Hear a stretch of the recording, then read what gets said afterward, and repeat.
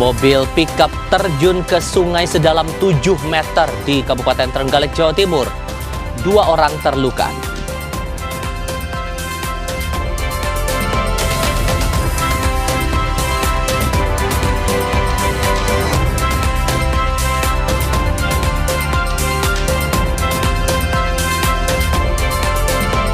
Tim gabungan BNN, Bea Cukai, dan Polda Kepulauan Riau menghentikan kapal kargo bermuatan sabu cair 2,6 ton dan rokok ilegal.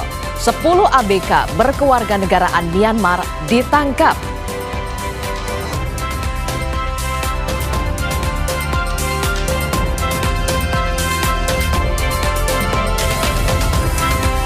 Korban gempa NTT seperti seribuan warga Kecamatan Reo, Kabupaten Manggarai yang masih bertahan di tenda pengungsian. Selain kebutuhan sehari-hari, minimnya penerangan jadi persoalan warga yang mengungsi. Lalu bagaimana penanganan maksimal untuk memulihkan kembali keadaan di NTT akibat gempa bermagnitudo 7,7 Sabtu pekan lalu? Kami punya diskusinya pagi ini.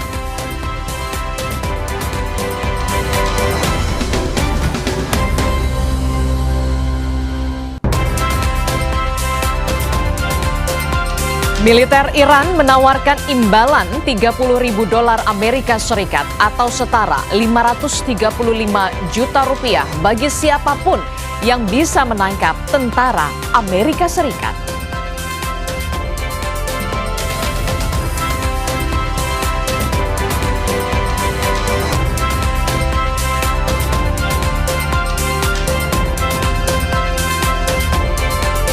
Alokasi dana transfer ke daerah tahun depan naik 5,5% ketimbang anggaran tahun 2026 menjadi 735 triliun rupiah. Apakah kenaikan ini mampu membiayai operasional daerah seperti gaji pegawai, pelayanan umum, dan pembangunan fasilitas publik? Apakah kenaikan ini signifikan atau sebenarnya stagnan karena faktor inflasi? Segmen Kompas Bisnis akan tanyakan ini kepada ekonom.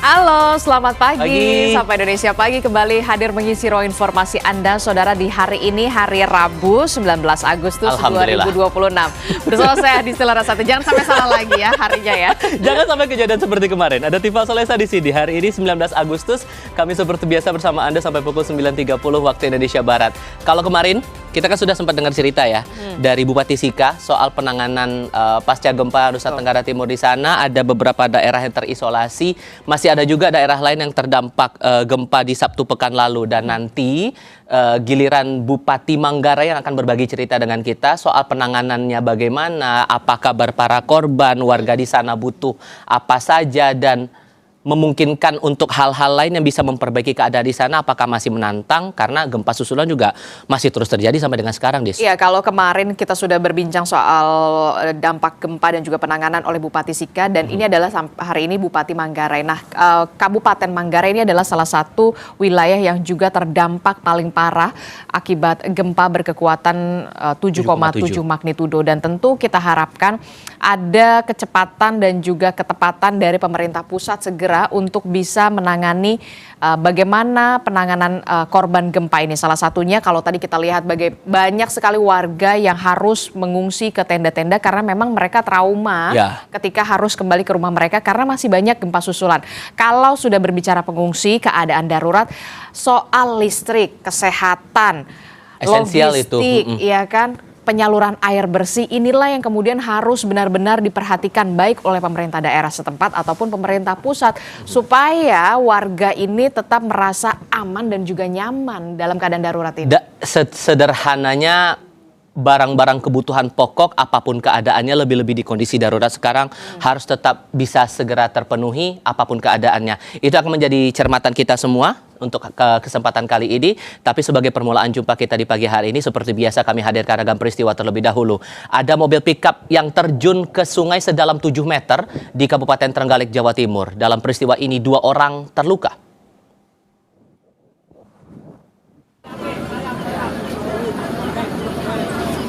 Mobil angkutan jenis pickup terjatuh ke bibir sungai sedalam sekitar 7 meter dari permukaan jalan raya di Kecamatan Gandusari, Trenggalek.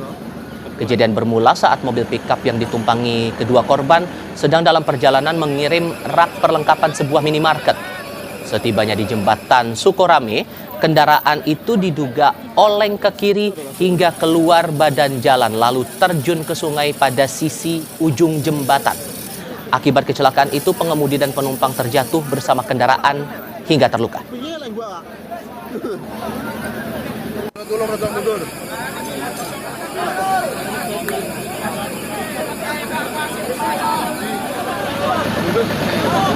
Baik, untuk proses evakuasi pada malam hari ini kita datang sekitar pukul 7.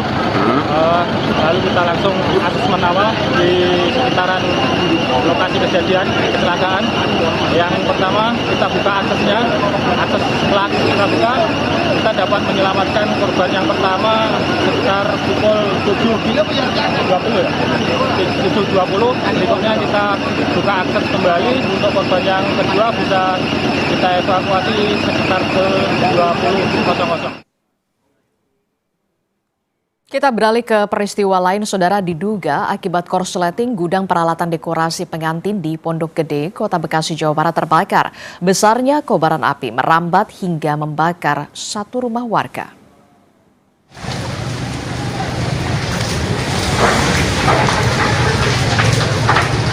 Keluarin mobil kan. Kebakaran terjadi di sebuah gudang peralatan dekorasi pengantin di Jalan Hankam, Kelurahan Jati Makmur, Pondok Gede, Bekasi, Jawa Barat. Banyaknya material yang mudah terbakar membuat api cepat membesar. Kebakaran diduga berawal dari korsleting. Api yang berkobar merambat ke satu rumah warga. Petugas mengerahkan 8 unit mobil pemadam kebakaran. Api dapat dipadamkan 1 jam kemudian.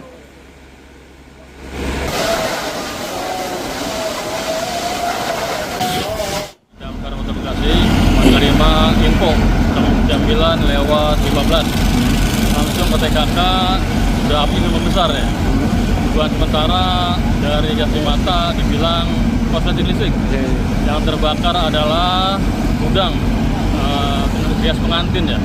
Jadi banyak styrofoam dan plastik-plastik demikian. Masih bicara kebakaran, tapi di wilayah Indonesia Timur, diduga korsleting listrik 17 petak asrama Polres Mamberamo Tengah, Papua Pegunungan terbakar. Kantornya.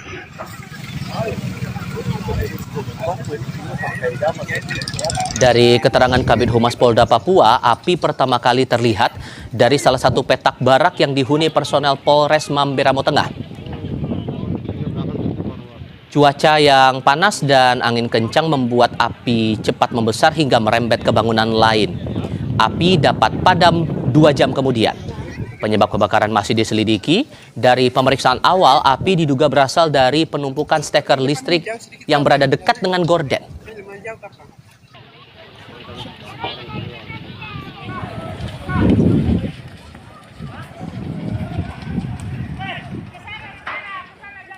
Kita beralih ke sorotan lain, saudara. Demo mahasiswa di Jakarta berlangsung hingga Selasa petang. Polisi bilang menemukan ada senjata tajam saat mengamankan unjuk rasa.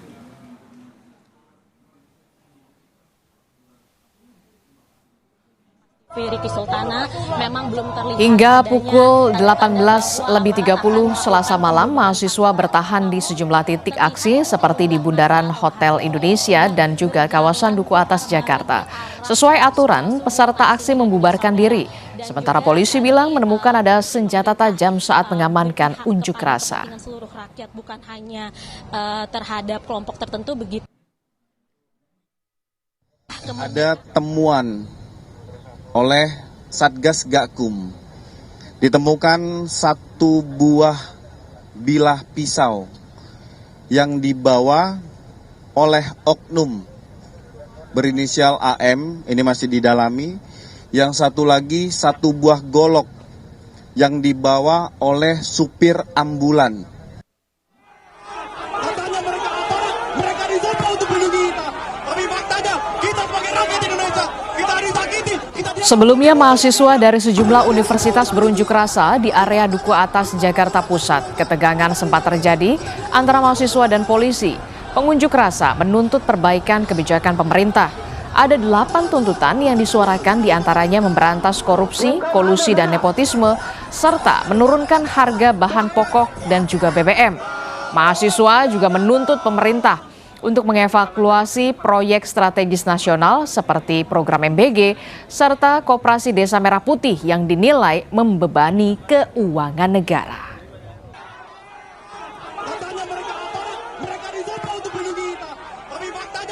Tuntutannya sebetulnya ada 8, dan di antara 8 itu ada banyak sekali hal penting, meliputi bencana yang ada di Flores juga, itu juga menjadi tuntutan kita. Kemudian tuntutan sebelumnya yang masih kita bawa lagi yaitu tentang MBG dan Kopdes, kemudian juga tentang militerisasi dan juga intervensi aparat gitu ya pada kehidupan masyarakat sipil. Dan sebetulnya dari ke-8 tuntutan itu benang merahnya satu, bahwa kita merasa negara itu semakin kuat, dan masyarakat, rakyat itu semakin lemah. Kawan-kawan seperjuangan kita mengambil represi hitam, teman-teman. Mereka didorong, mereka ditarik-tarik, mereka dianggap seperti musuh. Pemerintah merespon demo 8 tuntutan mahasiswa yang berlangsung di kawasan Sudirman. Kepala Badan Komunikasi Pemerintah atau Bakom RI Muhammad Kodari bilang akan mendengar segala tuntutan dan mempersilahkan masyarakat dan mahasiswa menyampaikan aspirasi karena Indonesia negara demokrasi. Kodari bilang semua saran dan masukan akan didengarkan pemerintah.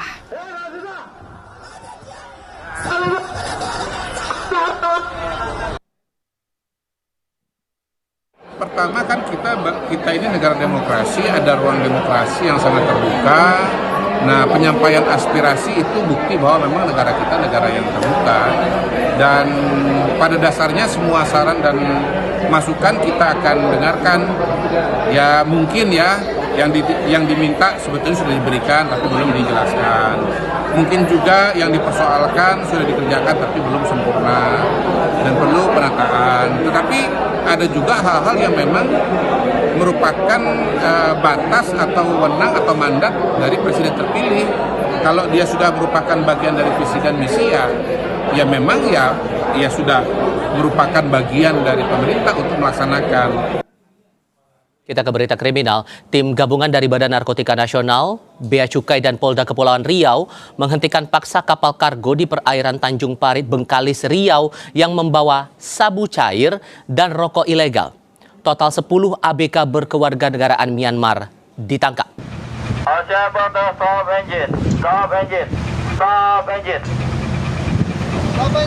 Oke, thank you.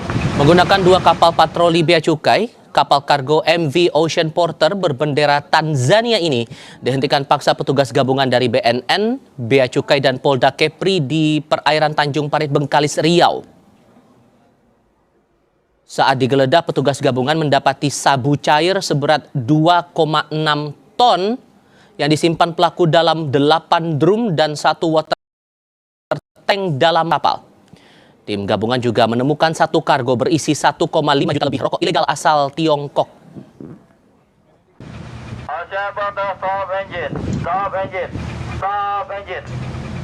Berdasarkan informasi intelijen, akan ada pengangkutan narkotika dari Sarawak melalui Andaman menuju perairan Indonesia. Oleh karena itu, Kepala BNN RI membentuk joint operation antara BNN RI, Bea Cukai, dan Polda Kepri. Hasil pemeriksaan terhadap kapal tersebut didapatkan 2,6 ton metapetamin narkotika golongan 1 atau sabu cair yang diisi di dalam 8 drum dan water tank. Selanjutnya, pemeriksaan dilakukan oleh BNN RI, Bea Cukai, dan Polda Kepri untuk ditindaklanjuti penyidikan. Kita beralih ke sorotan dampak gempa Nusa Tenggara Timur, Saudara. Gempa NTT menimbulkan dampak besar bagi masyarakat. Hingga 18 Agustus 2026, BNPB mencatat 70 orang meninggal dunia, 1.000 lebih orang luka-luka, dan lebih dari 40.000 jiwa mengungsi. Berdasarkan data dari Pusat Data Informasi dan Komunikasi Kebencanaan BNPB per 18 Agustus 2026 pukul 17 waktu Indonesia bagian Barat, jumlah korban meninggal akibat gempa di NTT 70 orang dan korban luka 1.184. Sementara jumlah warga yang terdampak mengungsi mencapai 40.000 lebih jiwa.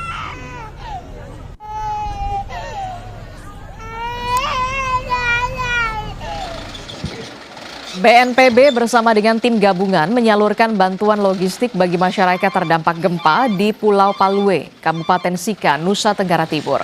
Bantuan dikirim melalui jalur laut untuk menembus akses wilayah kepulauan yang masih terkendala. Feri KMP Ile AP membawa logistik dan kebutuhan dasar tiba di Pulau Palue pada Senin sore. Bantuan terdiri dari tenda keluarga, matras, genset, sembako, beras, air minum, selimut, serta perlengkapan kesehatan dan juga kebutuhan anak. Setelah dibongkar, bantuan kemudian didistribusikan melalui jalur darat yang masih rusak akibat gempa.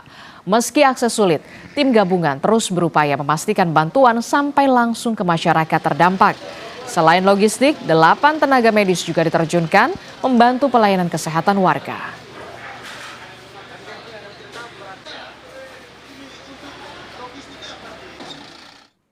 Sementara desa pesisir utara Kabupaten Nagekeo, yakni desa Marapokot, ditinggalkan masyarakat pasca gempa.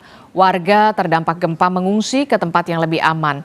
Desa Marapokot, Kecamatan Aesesa, hanya berjarak 30 km dari pusat gempa yang berada di timur laut Kabupaten Nagekeo.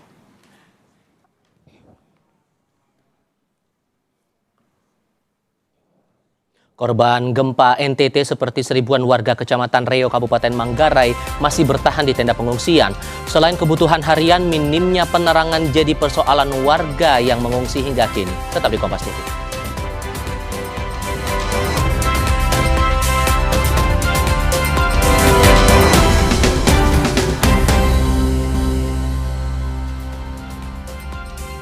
Saudara, minimnya penerangan menjadi salah satu persoalan yang harus dihadapi warga terdampak gempa di Kecamatan Reo, Kabupaten Manggarai, Nusa Tenggara Timur. Dan berikut laporan jurnalis Kompas TV, Cito Senatun, dari tenda pengungsi di Kecamatan Reo, Kabupaten Manggarai, Nusa Tenggara Timur. Ini saya tengah berada di salah satu lokasi pengungsian terpusat di Kampung Barangkolong, Kecamatan Reo, Kabupaten Manggarai, Nusa Tenggara Timur. Di lokasi ini kurang lebih terdapat 1.300-an warga yang mengungsi akibat tempat tinggal atau rumah mereka rusak terkena dampak gempa 7,7 skala Richter pada tanggal 15 Agustus tahun 2026 kemarin. Nah, seperti apa kondisi mereka ini bisa saya tunjukkan di tenda-tenda pengungsian. Nah, di sini kurang lebih ada 10 orang yang menempati tenda ini dengan fasilitas yang cukup minim. Nah, ini seperti ini bisa saya tunjukkan. Ada begitu banyak warga yang memang sejak hari pertama sudah datang ke tempat ini untuk mengungsi. Di tempat ini kurang lebih ada 10 orang yang harus menempati rumah tenda-tenda pengungsian dengan fasilitas yang sangat minim, terutama penerangan dan juga kebutuhan akan air bersih yang memang masih sangat kurang di tempat ini, karena mengingat masih banyak kebutuhan khususnya untuk anak-anak dan juga lansia yang memang ikut mengungsi sejak tanggal 15 kemarin. pantau terus berita-berita tentang gempa yang terjadi di Pulau Flores pada tanggal 15 kemarin di Kompas TV. Sementara itu, Saudara, Desa Tungguramba di Kecamatan Aesesa, Nagekio, Nusa Tenggara Timur jadi salah satu lokasi terdampak parah akibat gempa. Salah satu korban bencana bercerita, ia dan warga desa lain masih tinggal swadaya yang mereka buat karena lokasi pengungsian yang jauh. Mereka pun berharap bantuan segera tiba di desa mereka.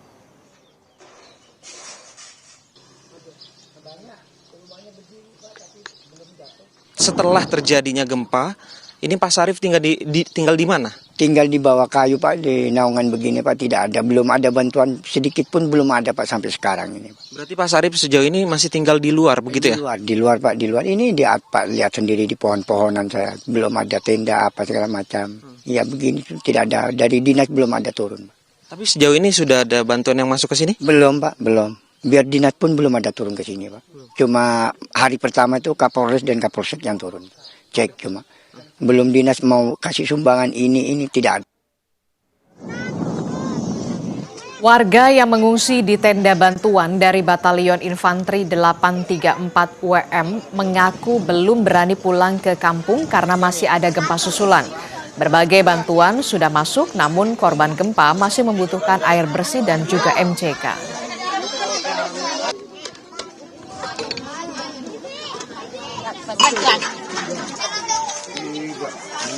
Kebutuhan pokok kami adalah yang pertama air bersih, kemudian yang kedua ini kebutuhan ini MCK, kemudian dengan kebutuhan sembako. Ya. Kemudian Bapak, ini sudah berapa lama, berapa hari Bapak dan masyarakat di sini bertahan di tenda? Untuk sekarang ini sudah hari yang keempat. Hari yang keempat kami bertahan di tenda. Karena ketika kami pulang, belum sampai di rumah guncangan datang lagi. Kita pantau bagaimana kondisi terkini korban terdampak gempa di Nusa Tenggara Timur. Sudah ada jurnalis Kompas TV, sudah ada Citos Natun di Kabupaten Manggarai. Selamat pagi Citos. Semalam Anda sempat menggambarkan kepada kami semua bagaimana situasi pengungsi di sana pada malam hari. Nah, kalau di pagi hari ini bagaimana kondisi mereka? Apa yang sampai saat ini masih dibutuhkan para pengungsi di sana, Citos? Selamat pagi Adisti dan juga saudara, memang kalau kita melihat kondisi terkini di tempat saya melaporkan ini yakni di Kampung Barangkolong, Kecamatan Reok yang memang paling terdampak dari gempa yang terjadi pada tanggal 15 kemarin karena memang di tempat ini terdapat 18 warga yang meninggal dunia. Dan kalau kita lihat di tenda pengungsian ini, Adisti dan juga saudara, saat ini para pengungsi ada yang sudah tinggal di tenda yang sudah disiapkan oleh pemerintah dan pihak kepolisian. Namun ada juga warga yang memang masih tinggal di tenda-tenda pengungsian yang dibangun secara mandiri. Nah, kalau di belakang saya ini terdapat baru saja sejumlah anggota TNI datang dan membawa tenda yang akan dipasang untuk menggantikan tenda-tenda yang sudah dibangun oleh masyarakat secara mandiri itu.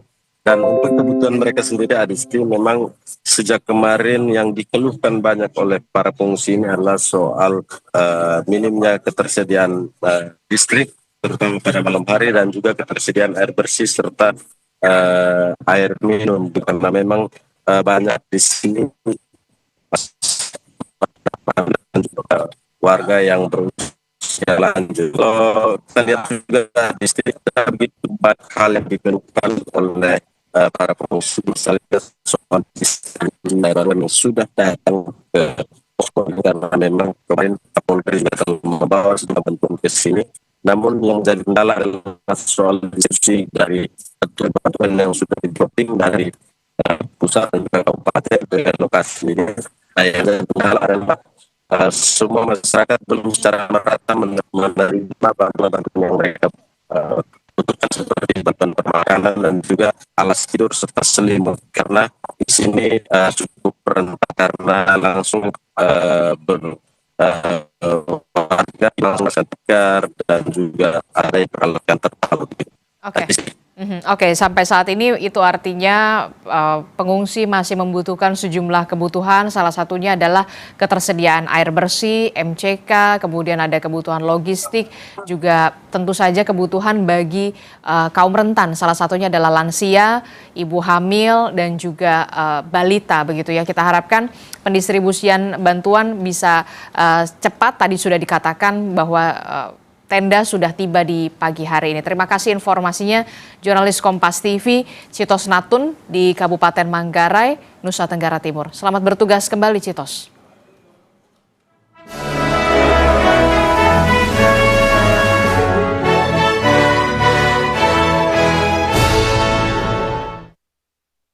Saudara, selama hampir 81 tahun, Mahkamah Agung hadir dalam menegakkan hukum dan juga keadilan di Indonesia. Pertanyaannya adalah, lalu bagaimana sebenarnya perjalanan Mahkamah Agung dari dulu dan kini? Untuk membahas lebih lengkap, saudara sudah bersama dengan kami pagi ini bersama dengan Kepala Badan Urusan Administrasi Mahkamah Agung, Dr. Subandi. Selamat pagi, Pak Subandi. Selamat pagi. Kabar sehat, Bapak? Alhamdulillah sehat, Mbak. Pak Subandi, kita mau tanya dulu mengenai perjalanan Mahkamah Agung selama hampir 81 tahun ini. Sebenarnya apa sih Pak yang paling sulit atau menjadi kendala begitu ya yang dihadapi oleh Mahkamah Agung selama 81 tahun ini dari sistem peradilan dulu dan juga kini ya? Oke, terima kasih. Jadi dari dulu sampai sekarang ada perubahan yang signifikan dari Mahkamah Agung itu adalah perubahan menggunakan sarana teknologi informasi, yaitu dengan mendigitalisasi administrasi dan persidangan perkara di Mahkamah Agung dan peradilan. Oke, jadi digitalisasi jadi salah satu kunci perubahan dulu dan juga kini. Kita tahu memang Mahkamah Agung kan cukup punya banyak inovasi digitalnya, e-court, e-berpadu, smart majelis, sampai dengan court live streaming begitu Pak. Lalu bagaimana Mahkamah Agung bisa menggunakan transformasi digital itu atau digitalisasi saat ini untuk bisa meningkatkan pelayanan masyarakat? Ya, diawali pada tahun 2010, Mahkamah Agung meluncurkan namanya CTS, Case Tracing System. Masyarakat bisa mengecek sampai di mana perjalanan dari suatu perkara. Kemudian bertransformasi pada tahun 2012 menjadi SIPP, Sistem Informasi Penelusuran Perkara. Nah, di mana itu interaksi antara masyarakat dan pegawai Mahkamah Agung serta peradilan, ya hakim di dalamnya, menjadi alat kerja buat mereka. Pada tahun 2018, Mahkamah Agung meluncurkan aplikasi e-court, ya, e-court. Nah, di situ lahir bahwa gugatan itu dokumen majukan gugatan ikut untuk perkara perdata menggunakan e-filing ya. Jadi tidak lagi datang tadi ke pengadilan tetapi cukup mengupload. Kemudian e-summon ya, jadi panggilan kepada para pihak pun bisa menggunakan elektronik ya. Tidak lagi menggunakan jurusita melalui elektronik. Nah, yang ketiga fitur dari e-court itu adalah payment, pembayarannya otomatis dihitung berapa besarnya biaya perkara untuk perdata ini. Jadi langsung bisa dibayar secara elektronik ya. Untuk perkara pidana 2022 Mahkamah Agung meluncurkan namanya elektronik berkas pidana terpadu ya, di mana terlibat di sana aparat penegak hukum yang lain, yaitu penyidik kepolisian, BNN, kemudian PPNS juga, penyidik pegawai negeri sipil, ya, kemudian kejaksaan juga selaku penyidik terlibat, kemudian juga melibatkan penuntut, penuntut itu bisa kejaksaan maupun KPK, dan lembaga pemasyarakatan di Kementerian Hukum itu bergabung di dalam aplikasi e-berpadu. Perkembangan teknologi artificial intelligence juga kita ikuti. Mahkamah Agung saat ini sudah menggunakan teknologi artificial intelligence itu dalam hal penunjukan majelis hakim. Jadi penunjukan hak majelis hakim namanya aplikasi Smart Majelis. Komprehensif sekali Pak Subandi, sudah menggambarkan bagaimana sebenarnya Mahkamah Agung dulu dan kini dengan tadi digitalisasinya. Baik, terima kasih atas waktunya Kepala Badan Urusan Administrasi Bapak Dr. Subandi. Terima kasih Bapak, sehat selalu. Saudara, dari perbincangan tadi kita memaknai bahwa memasuki usianya yang ke-81 tahun, Mahkamah Agung tetap menjaga komitmennya untuk bisa menjaga kepercayaan masyarakat. Sekaligus juga memastikan bahwa akses penegakan hukum ini bisa dirasakan untuk semua kalangan masyarakat. Nanda Afrilia, Julia Fernando, Kompas TV Jakarta.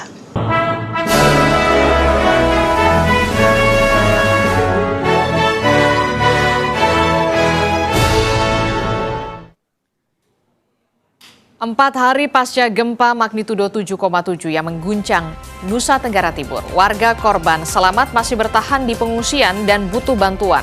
Pemerintah daerah dan pusat sudah bergerak melakukan penanganan pasca gempa. Namun akses sulit di wilayah Kepulauan NTT saat mengirim bantuan jadi kendala. Bagaimana penanganan maksimal memulihkan kembali keadaan di NTT akibat dampak gempa bermagnitudo 7,7? Kami akan diskusikan dalam dialog usai jeda.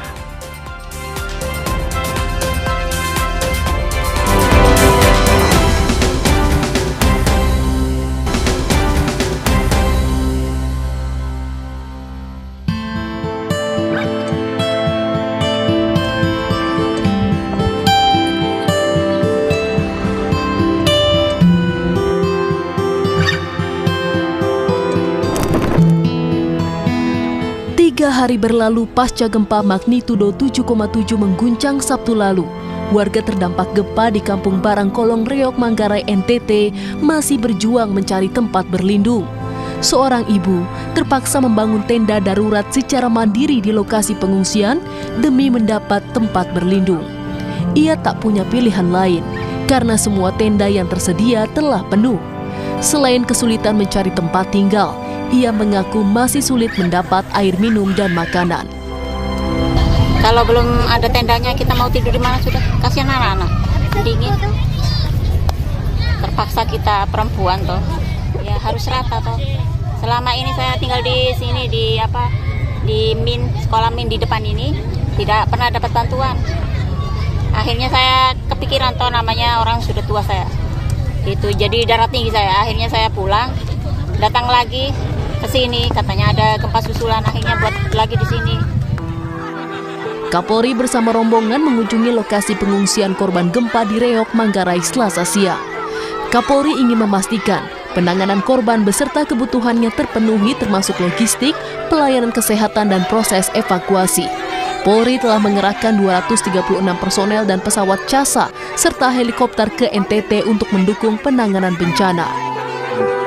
Kami telah mengirimkan 247,66 ton bantuan logistik, dan bantuan ini juga tentunya kita harapkan bisa membantu gabungan dari Mabes dan Polda-Polda yang ada, dan kami akan terus dorong sampai dengan kebutuhan terpenuhi.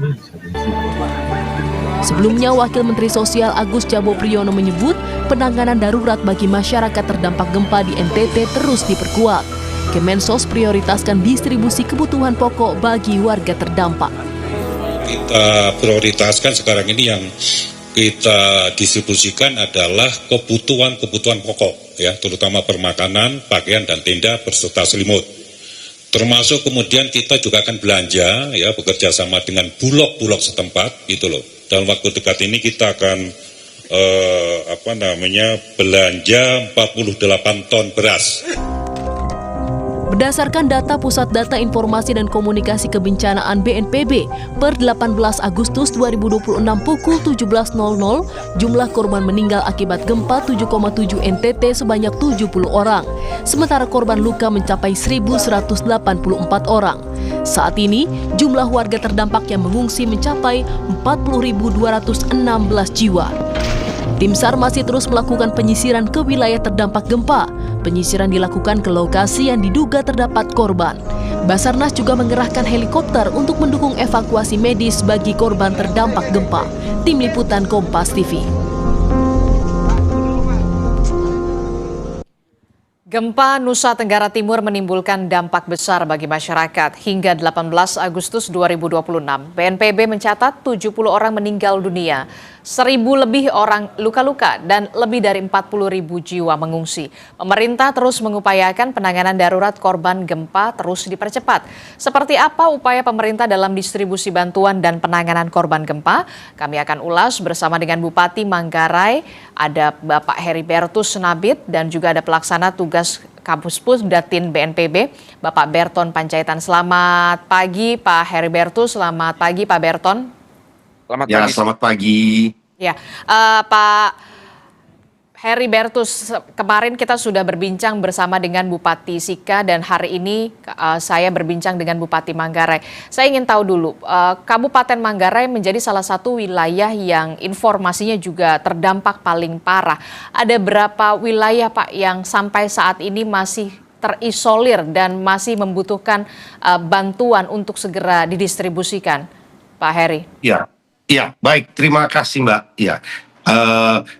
Wilayah paling parah ini ada di wilayah utara Manggarai yang terdiri dari 5 kecamatan. Ya, tapi 4 kecamatan itu sudah bisa terjangkau. Tinggal 1 kecamatan yang baru tadi malam kita bisa masuki sepenuhnya setelah membersihkan longsoran-longsoran yang ada yang menutupi badan jalan. Sehingga praktis selama beberapa hari 1 kecamatan ini tidak bisa ditembus untuk dimasuki bantuan. Tetapi per tadi malam begitu jalanan semua sudah dibersihkan, longsoran bisa dibersihkan, maka tadi tengah malam bantuan-bantuan meskipun masih terbatas sudah bisa masuk ke semua tempat di wilayah Manggarai, termasuk di Kecamatan Reok Barat yang memang agak sulit beberapa hari ini kami masuki. Jadi saya kira begitu sementara situasinya, sehingga sebagian besar wilayah itu sudah bisa dijangkau. Oke, jadi untuk di Kabupaten Manggarai ini hampir semuanya sudah bisa dibuka aksesnya ya Pak ya. Salah satunya adalah kecamatan yang tadi Anda sebutkan, Reok Barat, yang sebelumnya sempat tidak bisa dibuka untuk pendistribusian bantuan, semalam sudah bisa. Dan kita harapkan pendistribusian bantuan ini sudah sampai dan diterima oleh masyarakat di sana ya Bapak? Betul.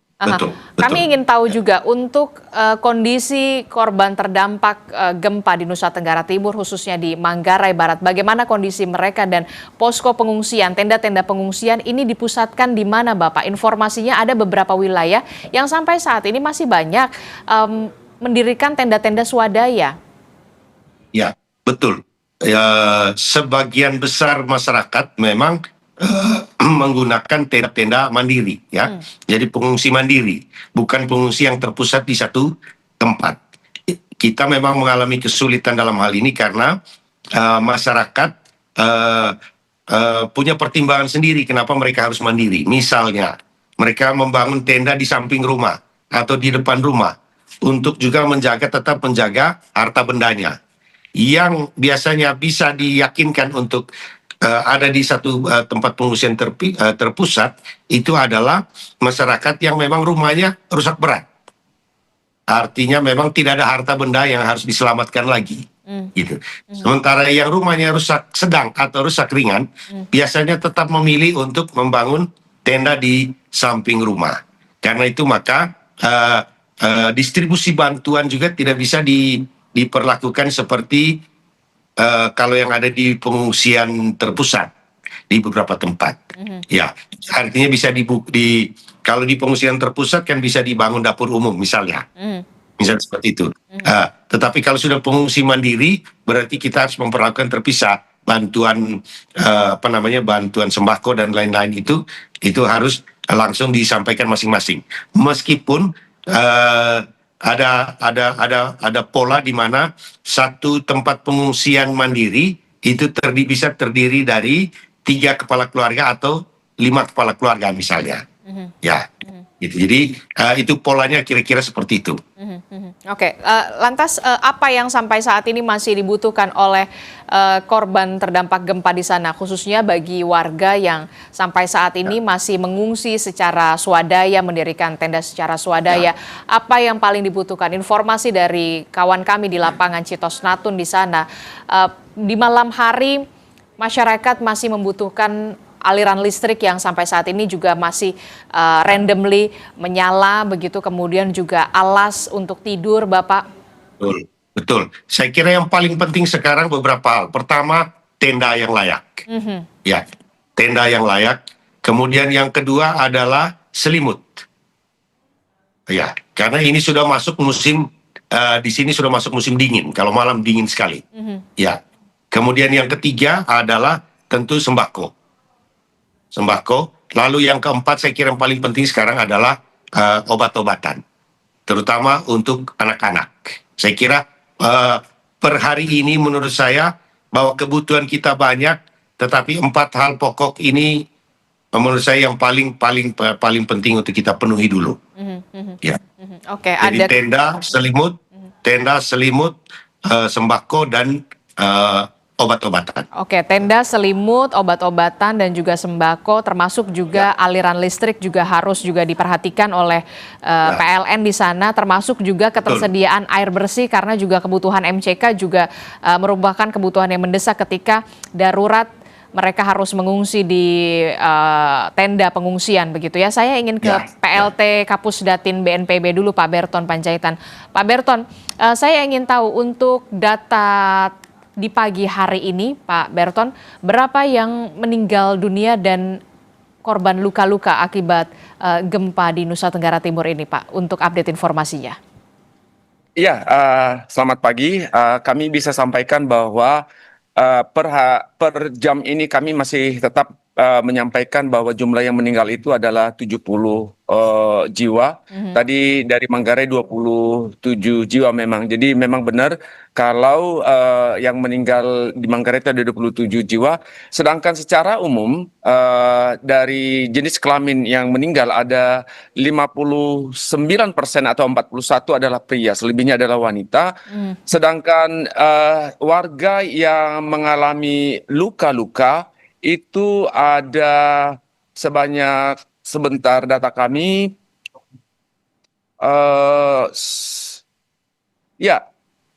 sambil menjawab, mencari, ada 40.000 sebenarnya yang mengungsi saat ini. Benar sekali tadi bahwa di saat ini adalah banyak sekali pengungsi yang mandiri sifatnya karena traumatik atas gempa susulan yang saat ini sampai 2.768 kali per jam 5 tadi waktu Indonesia bagian Barat informasinya, sehingga ini membuat warga kita ketakutan secara psikologis, mengalami panik ketika ada ini.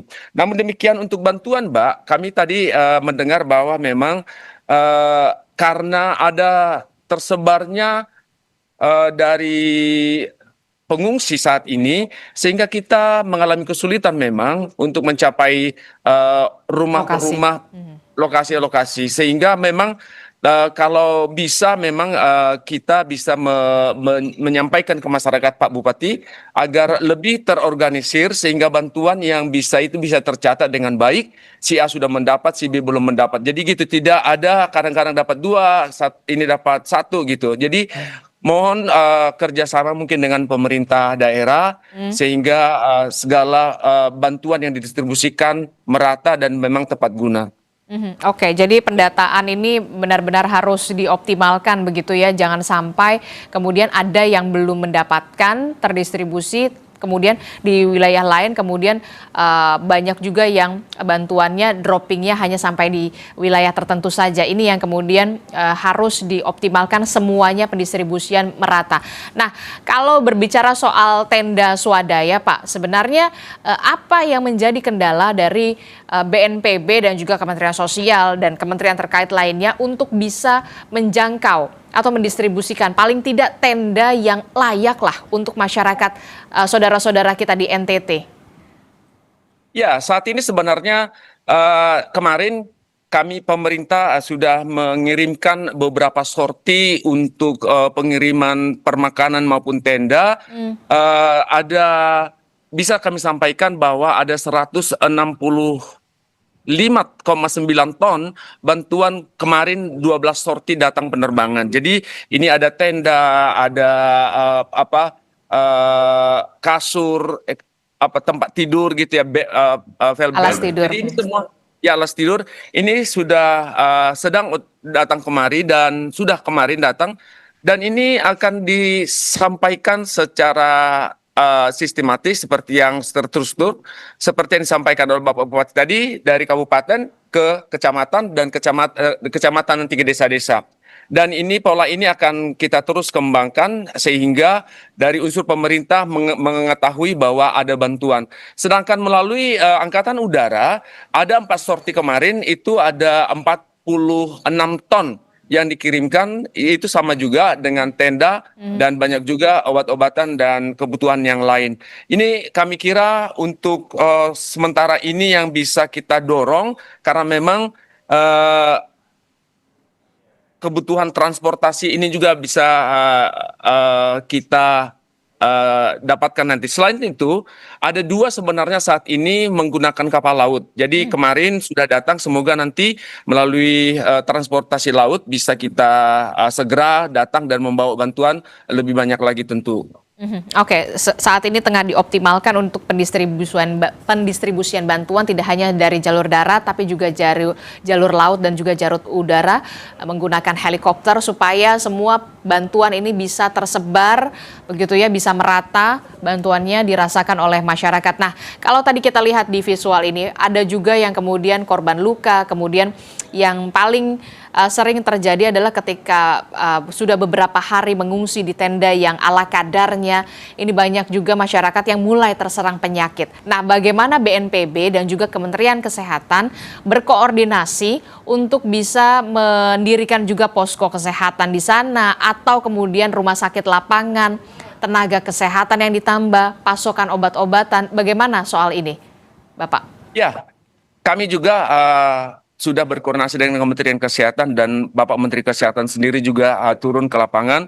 Saat ini sudah berdiri rumah sakit lapangan di Ruteng, jadi ini menjadi bantuan yang signifikan untuk warga kita yang sakit. Jadi satu lagi nanti akan didirikan lagi, sudah sampai barangnya tapi mungkin functioningnya baru hari ini.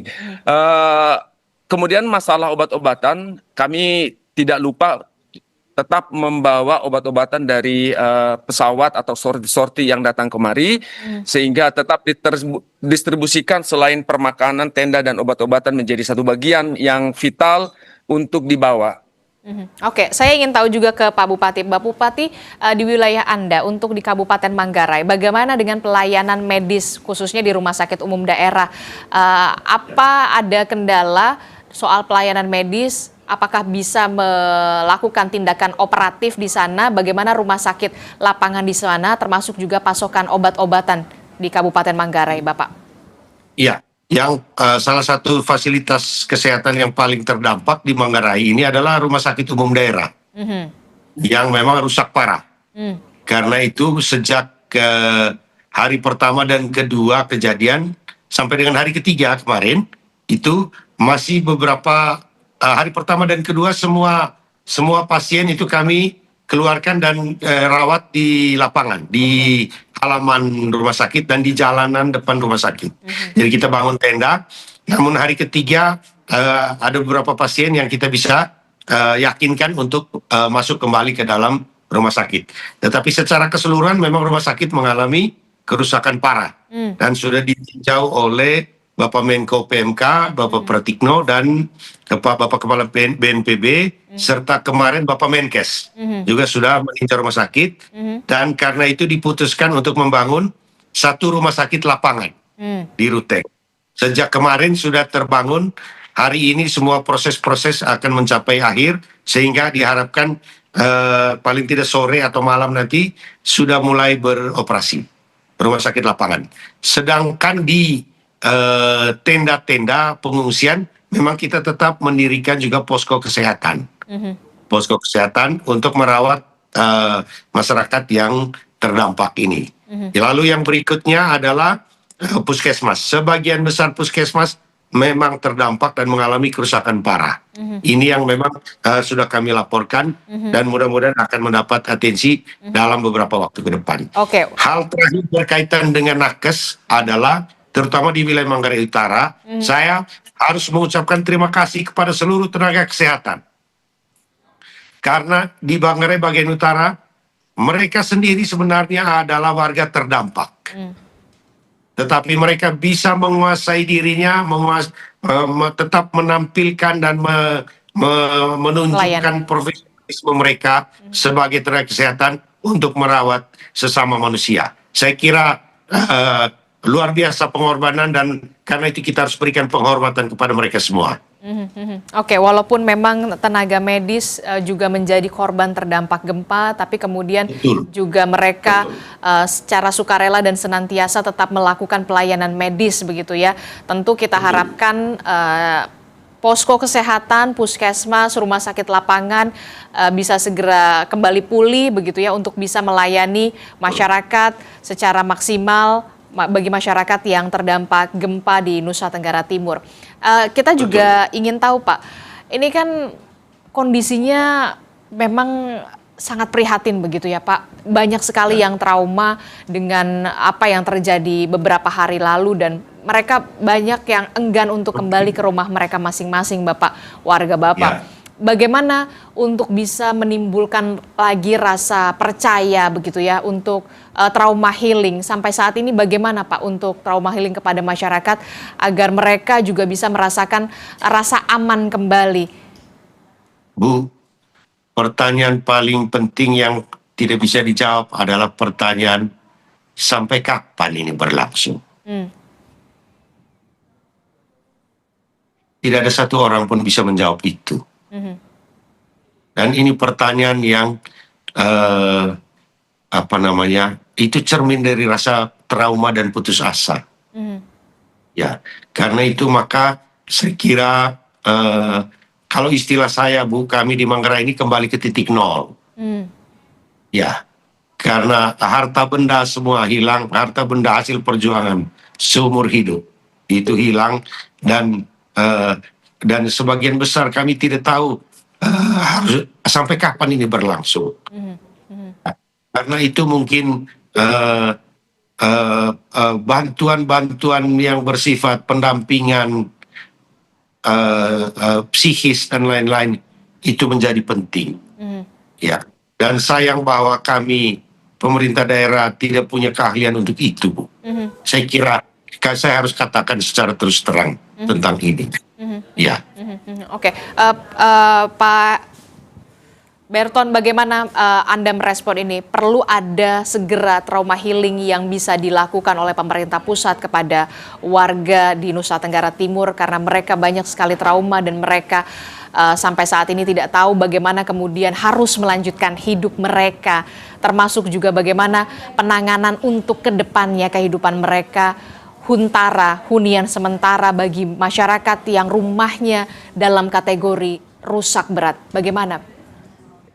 Ya, memang sangat manusiawi bagaimana warga di Nusa Tenggara ini saat ini di mana gempa besar terjadi, kemudian gempa susulan banyak sekali.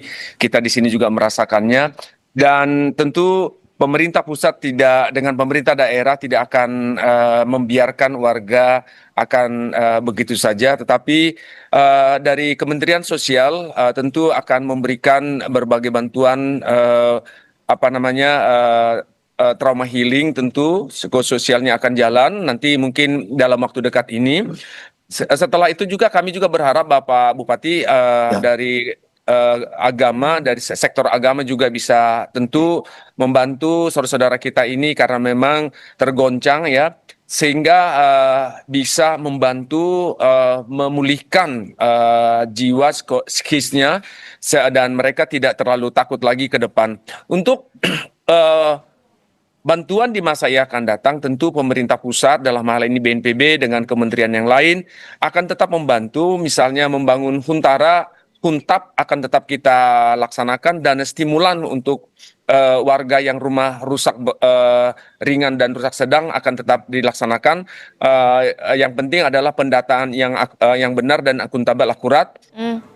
Kemudian tentu bantuan untuk sosial seperti tadi, ekonomi sosial tentu akan dilaksanakan juga di masa yang akan datang. Jadi kami di sini dari BNPB langsung turun juga untuk mendata sesegera mungkin setelah nanti tanggap darurat selesai, langsung transisi ini, masa transisi untuk membangun rumah-rumah sementara ataupun meningkatkan perekonomian masyarakat. Jadi sinergitas antara itu berlanjut terus-menerus sehingga nanti tidak ada putus pelaksanaan kegiatan.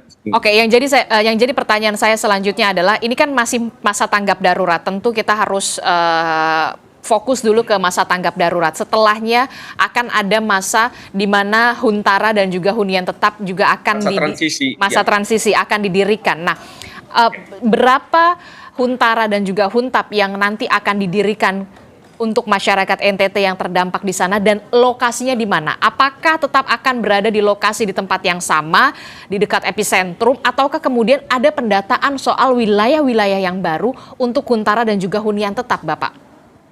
Ya, tentu kami akan bekerja sama dengan Pemda untuk menentukan wilayahnya di mana. Jadi misalnya kalau Huntap misalnya ada sebuah wilayah tertentu, itu juga memungkinkan jadi terpusat, atau memang di wilayahnya, di rumahnya masing-masing, ketika memang mereka menginginkan. Nah, kemudian masalah standar bangunan tahan gempa menjadi salah satu pemikiran kita, concern kita, sehingga ketika dibangun, menurut kami ya wilayahnya sekarang ini tetap aja kalau memang ada gempa di kemudian hari di wilayah yang sama akan mengalami, tapi kualitasnya yang menjadi kita tingkatkan.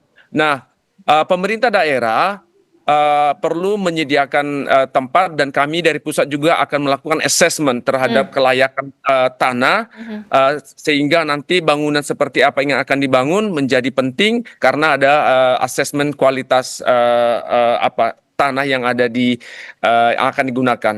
Itu, Mbak. Oke, kita berharap tentu ada percepatan yang benar-benar bisa dilakukan oleh pemerintah pusat kepada pemerintah daerah, begitu ya, karena memang masyarakat ini sangat membutuhkan, tidak hanya di masa tanggap darurat ini, tapi kemudian di masa transisi, agar masyarakat di Nusa Tenggara Timur ini bisa kembali melanjutkan asa mereka, kehidupan mereka secara normal. Terima kasih Bapak Bupati Manggarai, ada Bapak Heribertus Nabi telah bergabung bersama kami. Sampaikan salam kami kepada saudara-saudara kita di Nusa Tenggara Timur dan juga Kabupaten Manggarai untuk bisa tetap tabah dan juga sabar untuk menghadapi ujian ini, dan juga pelaksana tugas dari Kapusdatin BNPB Bapak Berton Panjaitan. Selamat bertugas kembali Bapak-bapak, sehat selalu. Selamat pagi. Terima kasih, salam sehat. Saudara, informasi penting lainnya masih akan kami hadirkan usai jeda, saudara. Salah satunya dari militer Iran yang menawarkan imbalan $30.000 Amerika Serikat atau sekitar 535 juta rupiah bagi siapapun yang bisa menangkap tentara Amerika Serikat.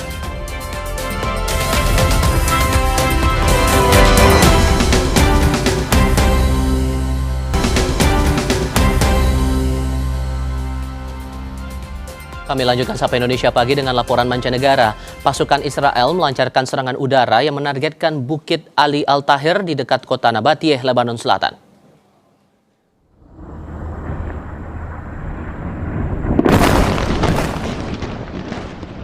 Rekaman video ini menunjukkan hantaman serangan di lereng bukit dengan kilatan ledakan dan suara dengung yang berputar di area sekitarnya. Sebelumnya, IDF mengeluarkan pernyataan yang mengklaim militernya telah menargetkan infrastruktur Hizbullah di dekat Nabatiyeh dan Ansar. Serangan itu merespons penyergapan Hizbullah di punggung Bukit Al-Tahir yang melukai 3 tentara Israel.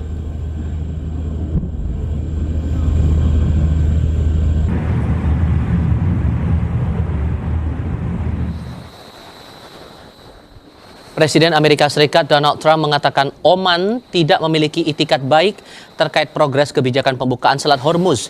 Trump menyebut Oman telah menghalang-halangi Iran dalam pembukaan Selat Hormuz. Menjawab pertanyaan wartawan di Gedung Putih, Trump mengancam mereka akan mengebom Oman habis-habisan. Menurutnya, sangat mudah menghabisi Oman.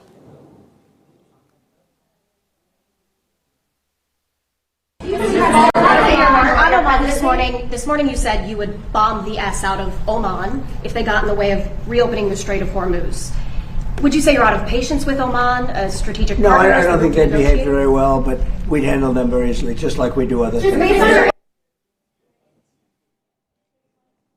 Militer Iran menawarkan imbalan $30.000 Amerika Serikat atau sekitar 535 juta rupiah bagi siapapun yang bisa menangkap tentara Amerika Serikat. Jumlah imbalan ini akan dilipat gandakan bagi peserta sayembara perempuan yang berhasil menangkap tentara Amerika Serikat. Pihak Angkatan Darat Iran menyebut rencana itu dilakukan setelah banyak pihak yang bersedia menyumbang untuk memberikan hadiah uang sayembara.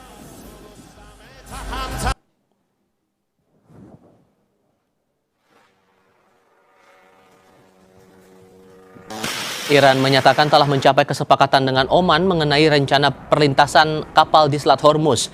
Kini kedua belah pihak tengah menyusun kebijakan bersama. Pihak juru bicara Kementerian Luar Negeri Iran menyebut kesepahaman tentang Selat Hormuz telah dicapai. Namun kedua belah pihak belum menjelaskan dengan detail. Jika kebijakan itu nantinya disepakati, maka kapal-kapal akan masuk melalui rute yang dekat dengan Iran dan keluar melalui rute yang berdekatan dengan Oman.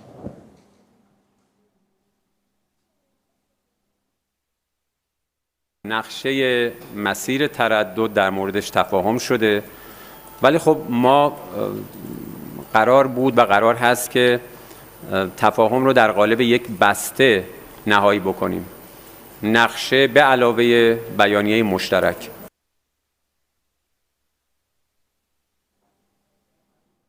Terkait konflik lainnya, saudara, serangan Israel kembali menghantam kota Gaza. Menurut pihak Rumah Sakit Syifa Gaza Palestina, 6 orang tewas termasuk seorang anak, sementara 14 lainnya terluka. Korban serangan Israel dievakuasi ke Rumah Sakit Syifa Kota Gaza setelah serangan terjadi pada Selasa waktu setempat. Militer Israel menyebut serangan menargetkan komandan Hamas di wilayah Shati yang disebut merencanakan serangan terhadap pasukan Israel. Serangan terjadi di tengah gencatan senjata yang rapuh berlangsung sejak Oktober. بقينا قاعدين جنب الهوايه وين في المخيم نطلع الا المخيم هز كله بطلع سقف البني ادمين اللحم بتطاير والناس مقطعه بنص الصيف واحنا عم بنطالب حمايه دوليه لنا. Warga jalur Gaza mengambil kembali besi beton dari reruntuhan bangunan yang hancur untuk digunakan lagi, mengingat pasokan bahan bangunan masih langka. Sejumlah pemuda menggali dan mengeluarkan batang besi dari puing-puing bangunan yang hancur di Jalan Al-Jala, sebelah timur kota Gaza. Pekerja juga terlihat memasukkan besi beton yang telah diambil itu ke dalam mesin pembengkok manual. Puluhan pemuda dan orang dewasa bekerja setiap hari membongkar beton lalu mengambil kembali besi beton, baik untuk dijual maupun digunakan untuk membangun serta memperkuat tenda-tenda penampungan bagi keluarga pengungsi. Laporan akhir penilaian cepat kerusakan dan kebutuhan Gaza yang disusun bersama PBB atau Perserikatan Bangsa-Bangsa, Uni Eropa, dan Bank Dunia mendapati sekitar 371.000 unit hunian sudah rusak atau hancur, mencakup 76,6% dari total persediaan hunian di Gaza.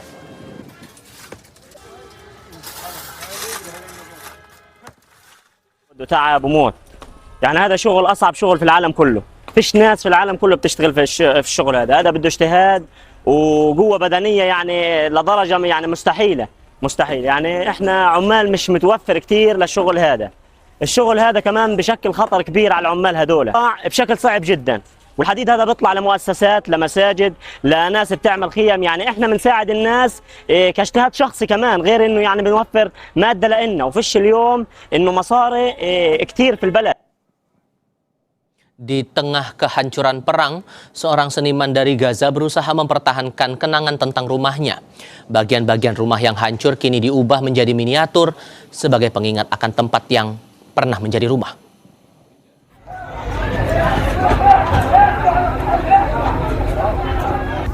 Puing-puing bangunan yang tersisa dari rumah tak hanya menjadi saksi kehancuran bagi seorang seniman Gaza yang telah mengungsi. Potongan dinding dan bagian rumah yang tersisa memiliki nilai emosional yang jauh lebih besar. Material dari rumah yang hancur kemudian dikumpulkan dan dijadikan bagian dari karya seni miniatur. Karya seni ini menggambarkan kembali rumah yang pernah ditinggalinya, lengkap dengan detail, arsitektur, dan bagian-bagian rumah yang menyimpan banyak kenangan. Bagi Muhammad Al-Yazauri, karya tersebut menjadi cara untuk membawa sebagian dari rumahnya meski tempat aslinya telah hancur. أنا حبيت أوصل رسالتي بشكل مختلف أوضح الفرق بين حياة البيوت وحياة الخيام ووصلت الصورة بشكل كامل عن طريق مجسمي بدون ما Kehancuran rumah dan tempat tinggal menjadi salah satu dampak besar dari perang di Gaza, Palestina. Namun melalui karya seni, puing-puing tersebut diubah menjadi simbol ingatan, identitas, dan harapan untuk membangun kembali kehidupan. Miniatur ini pada akhirnya bukan sekedar replika rumah, melainkan sebuah cara untuk menjaga kenangan tentang tempat yang pernah disebut rumah.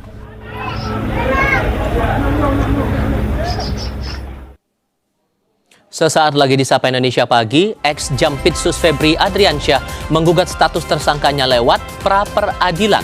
Sidang pertama sudah digelar di Pengadilan Negeri Jakarta Selatan. Tetap di Kompas TV.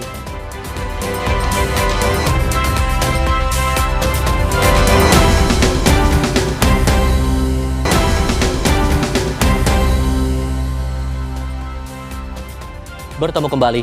Sidang pra-peradilan mantan Jampitsus Febri Adriansyah digelar di Pengadilan Negeri Jakarta Selatan. Tim hukum menyebut pra-peradilan untuk menguji 5 aspek dalam proses hukum terhadap Febri. Kuasa hukum ex-Jampitsus Febri Diansyah menyebut 5 aspek itu meliputi penetapan tersangka tindak pidana pencucian uang dengan tindak pidana asal yang dinilai tidak jelas, kemudian penggeledahan dan penyitaan. Dari 5 aspek itu, tim kuasa hukum mengklaim menemukan sekitar 30 dugaan pelanggaran hukum acara.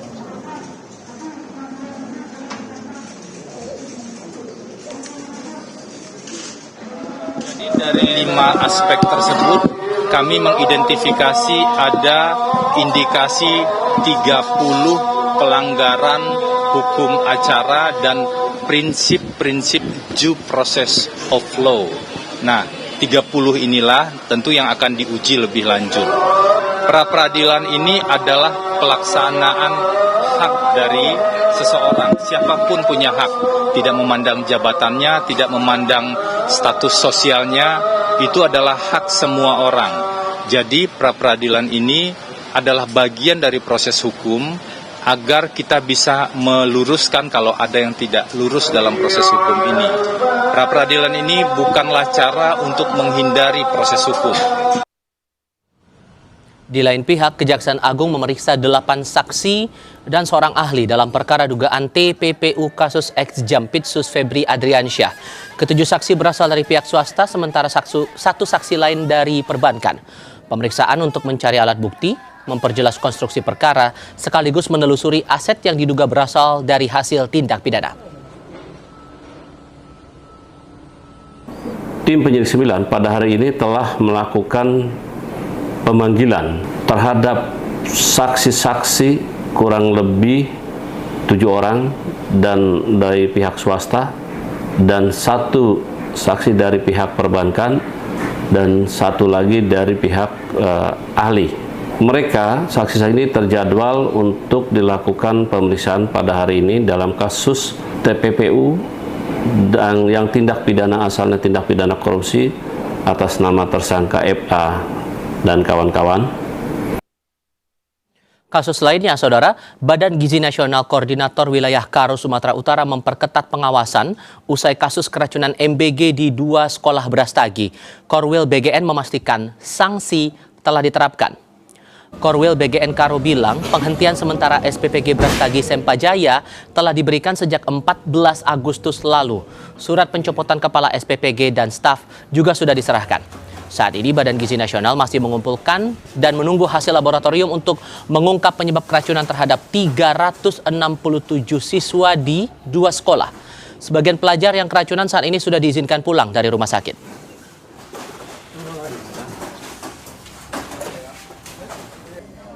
Kita bersama Korcam Kecamatan Kabanjahe, khususnya di daerah Kabanjahe, sementara kita kunjungi SPPG untuk menguatkan SOP terhadap pola SPPG di Kabupaten Karo. Jadi kita kunjungi, kita tanyakan terkait kendala atau efek apa yang terjadi saat ini, dan kita anjurkan ke rekan-rekan kita agar meningkatkan SOP dalam kinerja dan pengawasan lebih ekstra ke setiap sektor-sektor ada di SPPG. Kalau terkait SPPG Sumpajaya itu per tanggal 14 Agustus 2026 itu sudah dikeluarkan untuk surat suspend untuk SPPG-nya.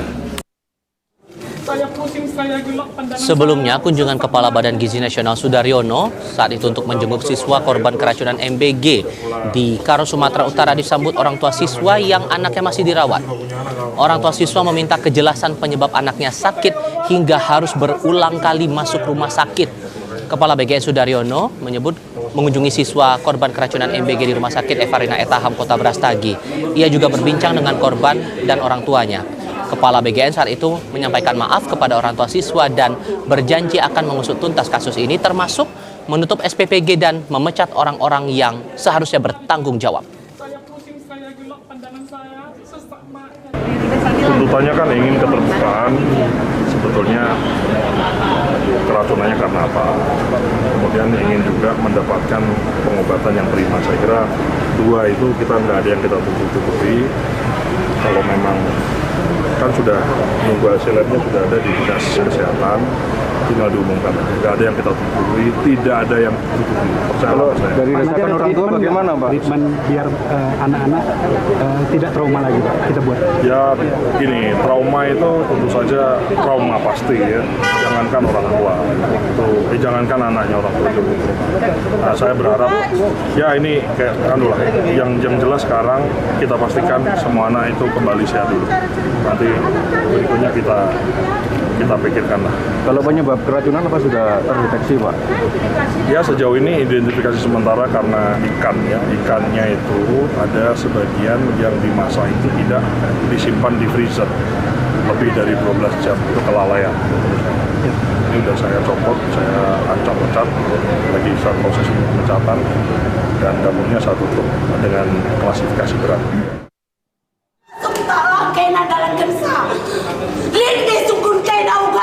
Kami sebagai orang tua dan rumah sakit Enda, ada nggak pernah kalian tanya? Kalian nggak tahu seperti Salah satu orang tua siswa sempat menanyakan langsung kepada Kepala BGN Sudaryono tentang penyebab anaknya yang belum membaik hingga berpindah rumah sakit. Kepala BGN meminta maaf kepada orang tua siswa. Siswa mengaku pusing, kram perut, hingga gatal usai menyantap MBG.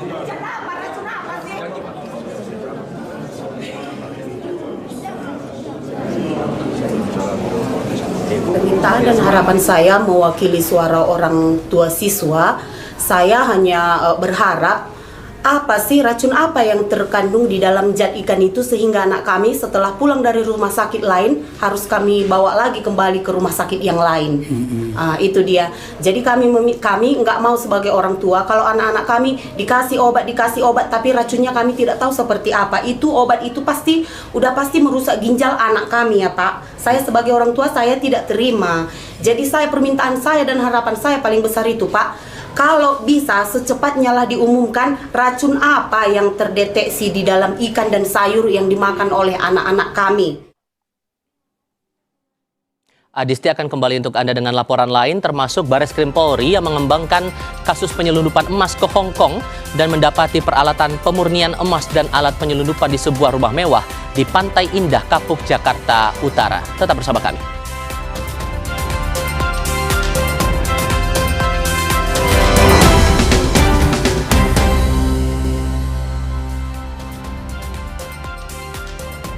Terima kasih Anda masih bersama kami dalam Sapa Indonesia Pagi. Saudara, Bareskrim Polri mengembangkan kasus penyelundupan emas ke Hong Kong. Penyidik menemukan peralatan pemurnian emas dan juga alat penyelundupan di sebuah rumah mewah di Pantai Indah Kapuk, Jakarta Utara. Polisi menyita zat kimia, alat pemotong logam, tabung gas, tali pengikat tubuh, dan juga paspor WNA Tiongkok. Emas diduga berasal dari tambang ilegal, kemudian diolah dan disembunyikan pada kain khusus untuk menghindari pemeriksaan bandara. Dari hasil pemeriksaan tersangka, mereka menyelundupkan emas ke luar negeri mencapai 30 kg per hari atau setara 78 miliar rupiah atau 2,3 triliun rupiah per bulannya. Polisi menyebut sindikat ini telah menyelundupkan 2,7 ton emas senilai 7 triliun rupiah. 13 orang telah ditangkap dan penyidik masih memburu jaringan lainnya. Kalau yang ke Hong Kong ini, dia dimasukkan ke body stripping ini, berarti mereka bisa lolos dari metal detektor di Bandara Soekarno-Hatta. Kami belum tahu nanti ini sama persis apa yang telah dilakukan rekan-rekan Bea Cukai, bahwa rekan-rekan Bea Cukai telah mengamankan 9 orang yang tujuannya adalah menyelundupkan emas seberat kurang lebih 38 kilo ke Hong Kong, yang mana pelakunya adalah kebanyakan dari Cina daratan. Jadi kita temukan bukti body stripping ini persis kita temukan di TKP barusan, ini yang digunakan rekan-rekan untuk menyelundupkan emas ke Hong Kong. HUT ke-81 kemerdekaan Republik Indonesia jadi momen untuk melihat kembali berbagai capaian pembangunan di tanah air. Sejumlah langkah pembangunan terus dikembangkan untuk mendorong kemajuan daerah.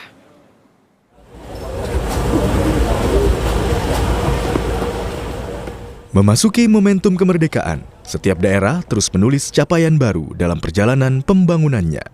Sejumlah capaian tersebut terlihat dari berbagai sektor, salah satunya melalui pengembangan kawasan industri.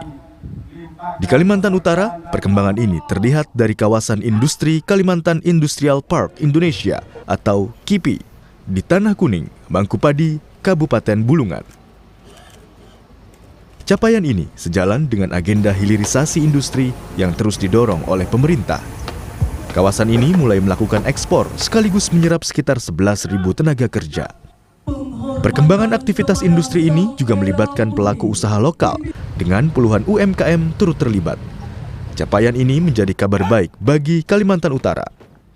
Hal tersebut disampaikan Gubernur Kalimantan Utara Zainal A. Paliwang usai memimpin upacara peringatan HUT Kemerdekaan Republik Indonesia. Pemerintah Provinsi Kalimantan Utara pun berkomitmen mengundang tenan dan investor serta mendorong pembangunan pabrik dan hilirisasi. Gubernur Zainal menambahkan, capaian ini perlu terus dikembangkan agar semakin banyak masyarakat lokal yang merasakan manfaat dari pertumbuhan kawasan industri. Pembangunan daerah juga harus berjalan seiring dengan upaya memperkuat kedaulatan NKRI, mengingat Kalimantan Utara merupakan salah satu provinsi yang berada di wilayah perbatasan.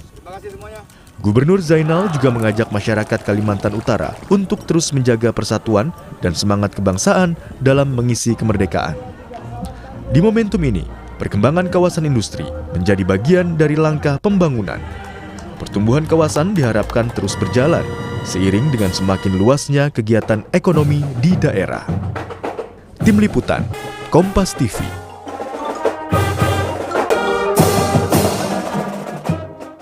Bangkit dari keterpurukan pasca kehilangan tulang punggung keluarga dan menjaga produktivitas pasca memasuki usia pensiun tentu jadi tantangan bagi setiap orang. Namun, kini BPJS Ketenagakerjaan membuka lebih luas lagi kesempatan bagi pekerja dan keluarganya untuk bangkit merajut kemandirian menuju kesejahteraan yang berkelanjutan melalui program pemberdayaan ekonomi dan kemandirian atau PK.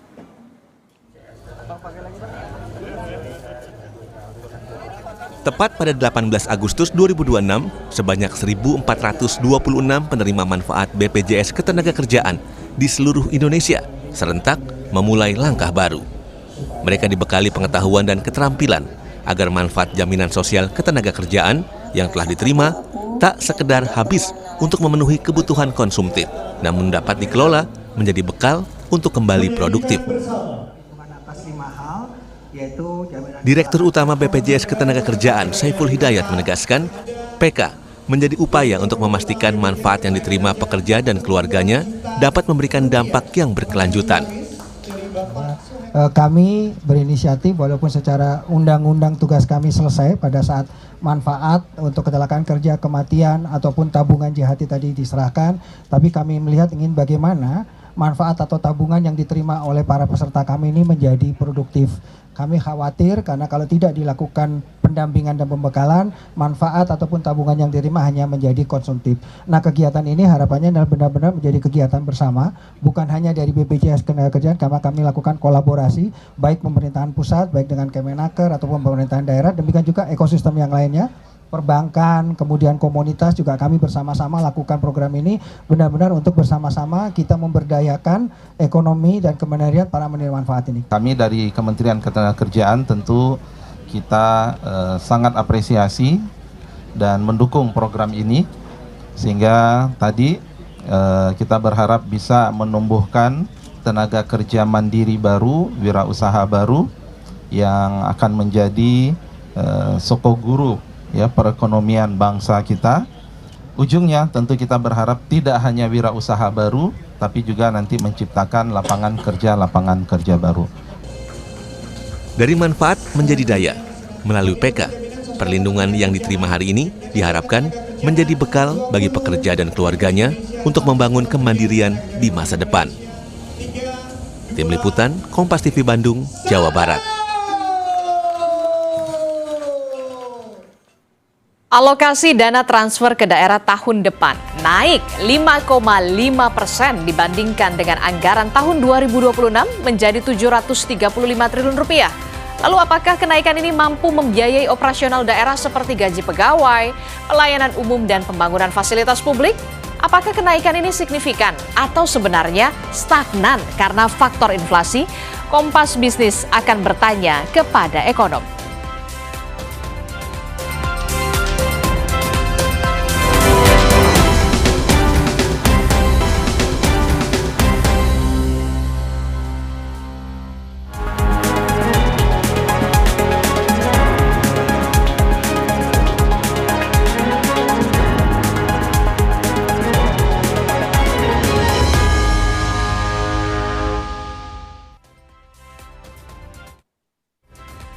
Saatnya Kompas Bisnis, saudara. Dana transfer ke daerah alias TKD tahun depan 2027 dalam RAPBN yang disampaikan pemerintah diputuskan naik sekitar 38 triliun rupiah menjadi 735 triliun.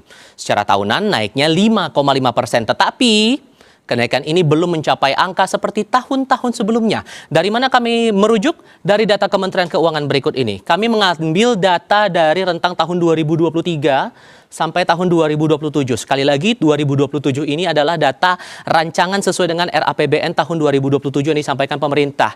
Apa yang disampaikan pemerintah? Ini harus dapat persetujuan dulu dari Dewan Perwakilan Rakyat Republik Indonesia. Mari kita mulai dari data 2023 sampai 2026 dulu. Kalau dilihat angkanya, ini dari rentang tahun itu tadi di angka hampir 850 triliun sampai ke 881,4 triliun. Paling besar di angka pada tahun 2023. 2023 angkanya 881,4 triliun, kemudian turun 2% di tahun berikutnya 2024 menjadi 863,5 triliun, kemudian berkurang lagi tidak sampai 2% menjadi 849 triliun rupiah dalam APBN tahun 2025. Lain cerita untuk tahun anggaran 2026, koreksinya hampir 18% atau 17,9%. Anggaran yang tertuang untuk TKD di tahun 2026 ini sebesar 696,9 triliun rupiah. Dan untuk tahun depan, perkiraannya, proyeksinya naik 5,5%. Hitungannya itu sekitar 38,1 triliun bertambahnya ketimbang tahun ini menjadi 735 triliun rupiah. Nah, untuk apa saja sebetulnya dana transfer ke daerah atau TKD ini? Sebetulnya ada 3 prioritas besar pemerintah untuk TKD yang bakal disebarkan ke daerah untuk RAPBN tahun 2027. Yang paling pertama adalah untuk operasional pemerintahan. Kemudian yang kedua untuk pembangunan daerah serta pelayanan dasar publik di tingkat daerah. Lalu bagaimana kemudian membuat dana ini bisa efektif dan adil? Inilah yang kemudian jadi menarik untuk dicermati. Dalam APBN 2027 yang dibuat oleh pemerintah, TKD ini dibuat untuk memperkuat sinergi fiskal pusat dan daerah dalam rangka mendukung peningkatan kualitas infrastruktur dan pelayanan publik. Informasi menarik lainnya adalah terdapat penundaan pemberlakuan kebijakan mandatory spending belanja pegawai maksimal 30% dan belanja infrastruktur minimal 40%. Hal lainnya juga menarik dicermati di sini adalah TKD juga berperan untuk menyiapkan kebijakan mitigasi risiko yang memadai atas implementasi program Koperasi Desa Merah Putih dan kebijakan TKD lainnya. Nah, Kementerian Dalam Negeri menyebut TKD tahun depan juga akan fokus ke daerah-daerah yang fiskalnya rendah dan daerah yang terkena dampak bencana.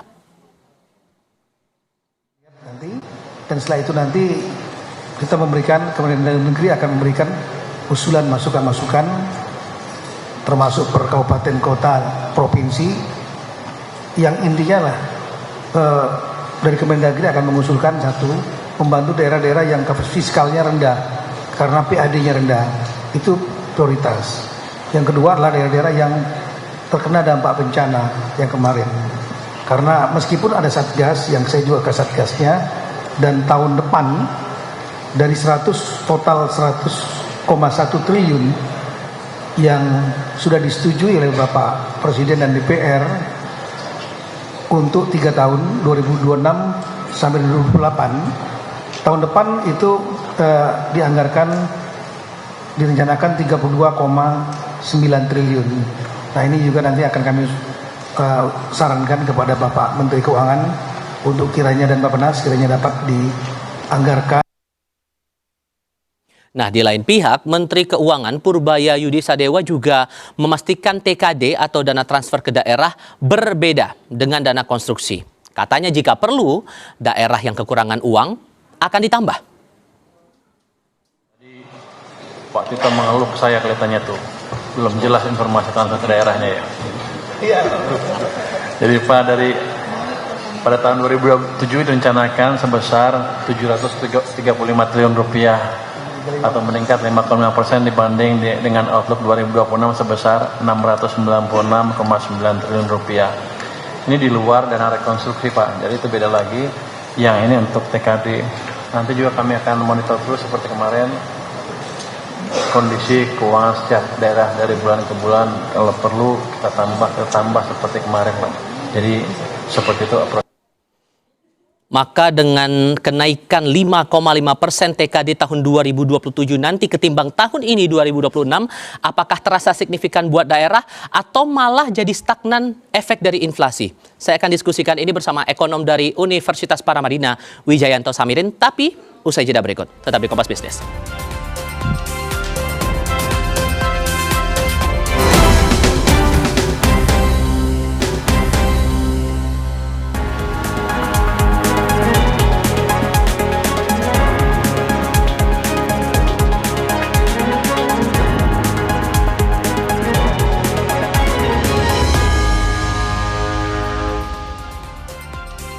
Dana transfer ke daerah dalam rancangan APBN 2027 naik 5,5% ketimbang tahun ini, APBN 2026. Apakah kenaikan ini bakal terasa hingga ke daerah atau malah stagnan karena tergerus inflasi? Cukupkah untuk operasional daerah selama tahun depan?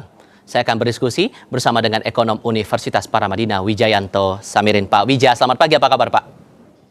Pagi Mas Tifal, kabar baik. Terima kasih sudah bergabung bersama kami dan meluangkan waktu Pak. Naik 38,1 T dalam RAPBN TKD tahun 2027 nanti. Dengan kondisi fiskal daerah yang lagi, saya harus katakan ngap-ngapan seperti sekarang, apakah itu jadi solusi Pak untuk tahun depan? Jadi kenaikan itu terlalu minimal ya, 5,5%. Inflasi saja 3,5%. Pertumbuhan penduduk 1,4%. Jadi bisa kita katakan sebenarnya ini stagnan. Dan angka TKD tahun ini itu masih jauh lebih rendah daripada tahun 2020. Artinya setelah 6 tahun, TKD-nya justru turun. Dan ini sangat tidak memadai. Tapi kalau kita lihat tren terakhir ini Mas Tifal, kentara sekali ada fenomena resentralisasi daerah, bukan desentralisasi. Artinya banyak keputusan, penggunaan anggaran, dan lain sebagainya kembali ditarik ke pusat. sehingga daerah tidak mempunyai resources yang memadai untuk melaksanakan berbagai program kerja. Dampaknya menurut saya nanti akan banyak daerah yang mengalami defisit fiskal. Dampak yang lain adalah peran daerah sebagai motor pertumbuhan ekonomi, motor penciptaan lapangan kerja, itu akan tergerus luar biasa. Dan idealnya menurut Anda kenaikan TKD untuk tahun depan harusnya berapa persen, Pak? Seharusnya kita kembalikan ke level di masa lalu, ketika TKD itu sekitar 30% dari belanja APBN. Memang situasi fiskal yang sulit ini, kenaikan harus dilakukan secara gradual. Dan daerah harus diajak berbicara tentang angka-angka ini. Karena terkesan apa yang terjadi ini kan top down. Pemerintah memutuskan, kemudian daerah harus menerima. Bagaimana dengan peran Kemendagri? Saya rasa Kemendagri juga hanya menjadi penyambung lidah saja antara keputusan fiskal dengan daerah. Dan saya sebenarnya agak mengkhawatirkan gitu ya situasi ini. Karena ke depan selain spending-spending yang biasa, itu akan banyak spending yang extraordinary. Misalnya terkait dengan kebencanaan El Nino yang diperkirakan tahun ini hingga Desember, kemudian tahun depan ada potensi berlanjut. Jadi itu rasanya daerah tidak akan mempunyai amunisi yang memadai, Mas Tifal. Oke, kalau kemudian mencermati pernyataan Menteri Keuangan, kalau kemudian daerah masih ada kekurangan uang, nanti akan ditambah dananya oleh pusat. Itu pertanda baik dong harusnya? Ya, ini menunjukkan kebijakan tambal sulam tidak terencana dengan baik. Kan kasihan daerah, mereka jadi tidak bisa membuat rencana yang lengkap sepanjang tahun. Karena ada ketidakpastian masalah fiskal. Ya, nanti kalau kurang akan ditambah. Apakah pasti ada penambahan? Bagaimana prosesnya? Apakah seketika?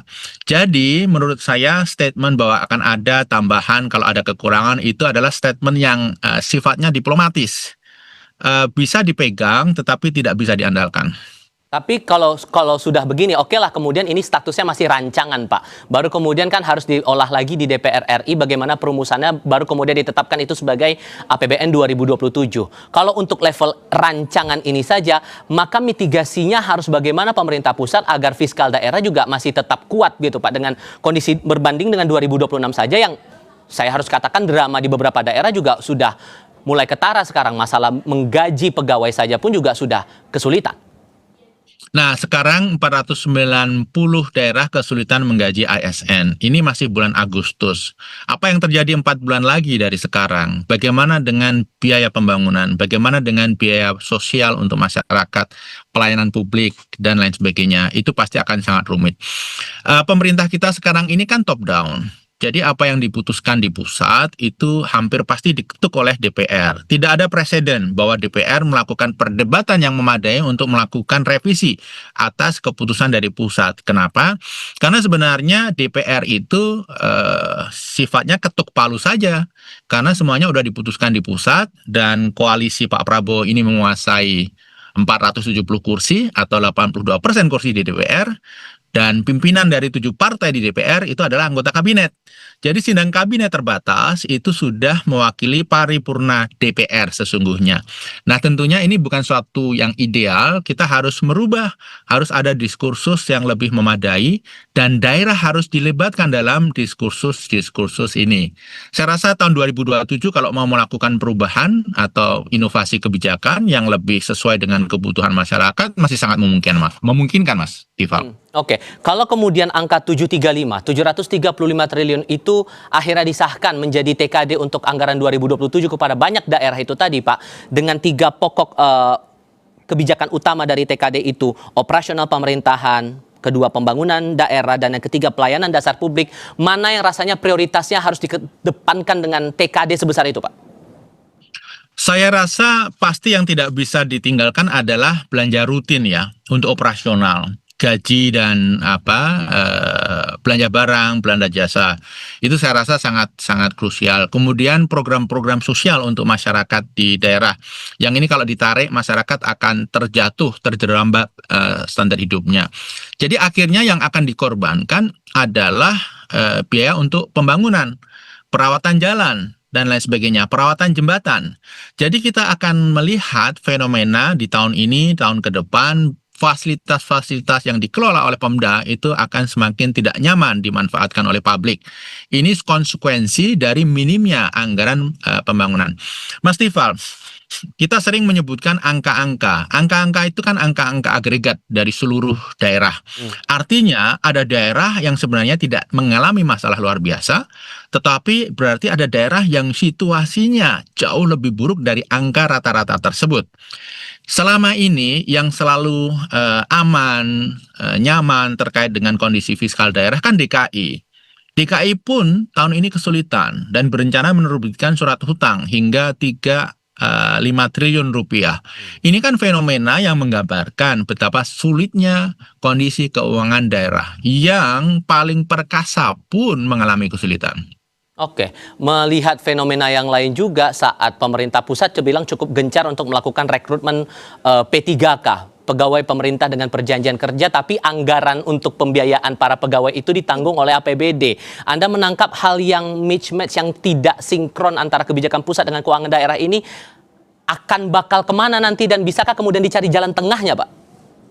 Ya, saya rasa ini ada begitu banyak kebijakan-kebijakan populis ya, yang kemudian bebannya ditanggung oleh daerah. Jadi kebijakan ini ide pusat, yang mendapatkan tambahan political capital adalah pemerintah pusat, tetapi yang menanggung risiko adalah pemerintah daerah dan desa.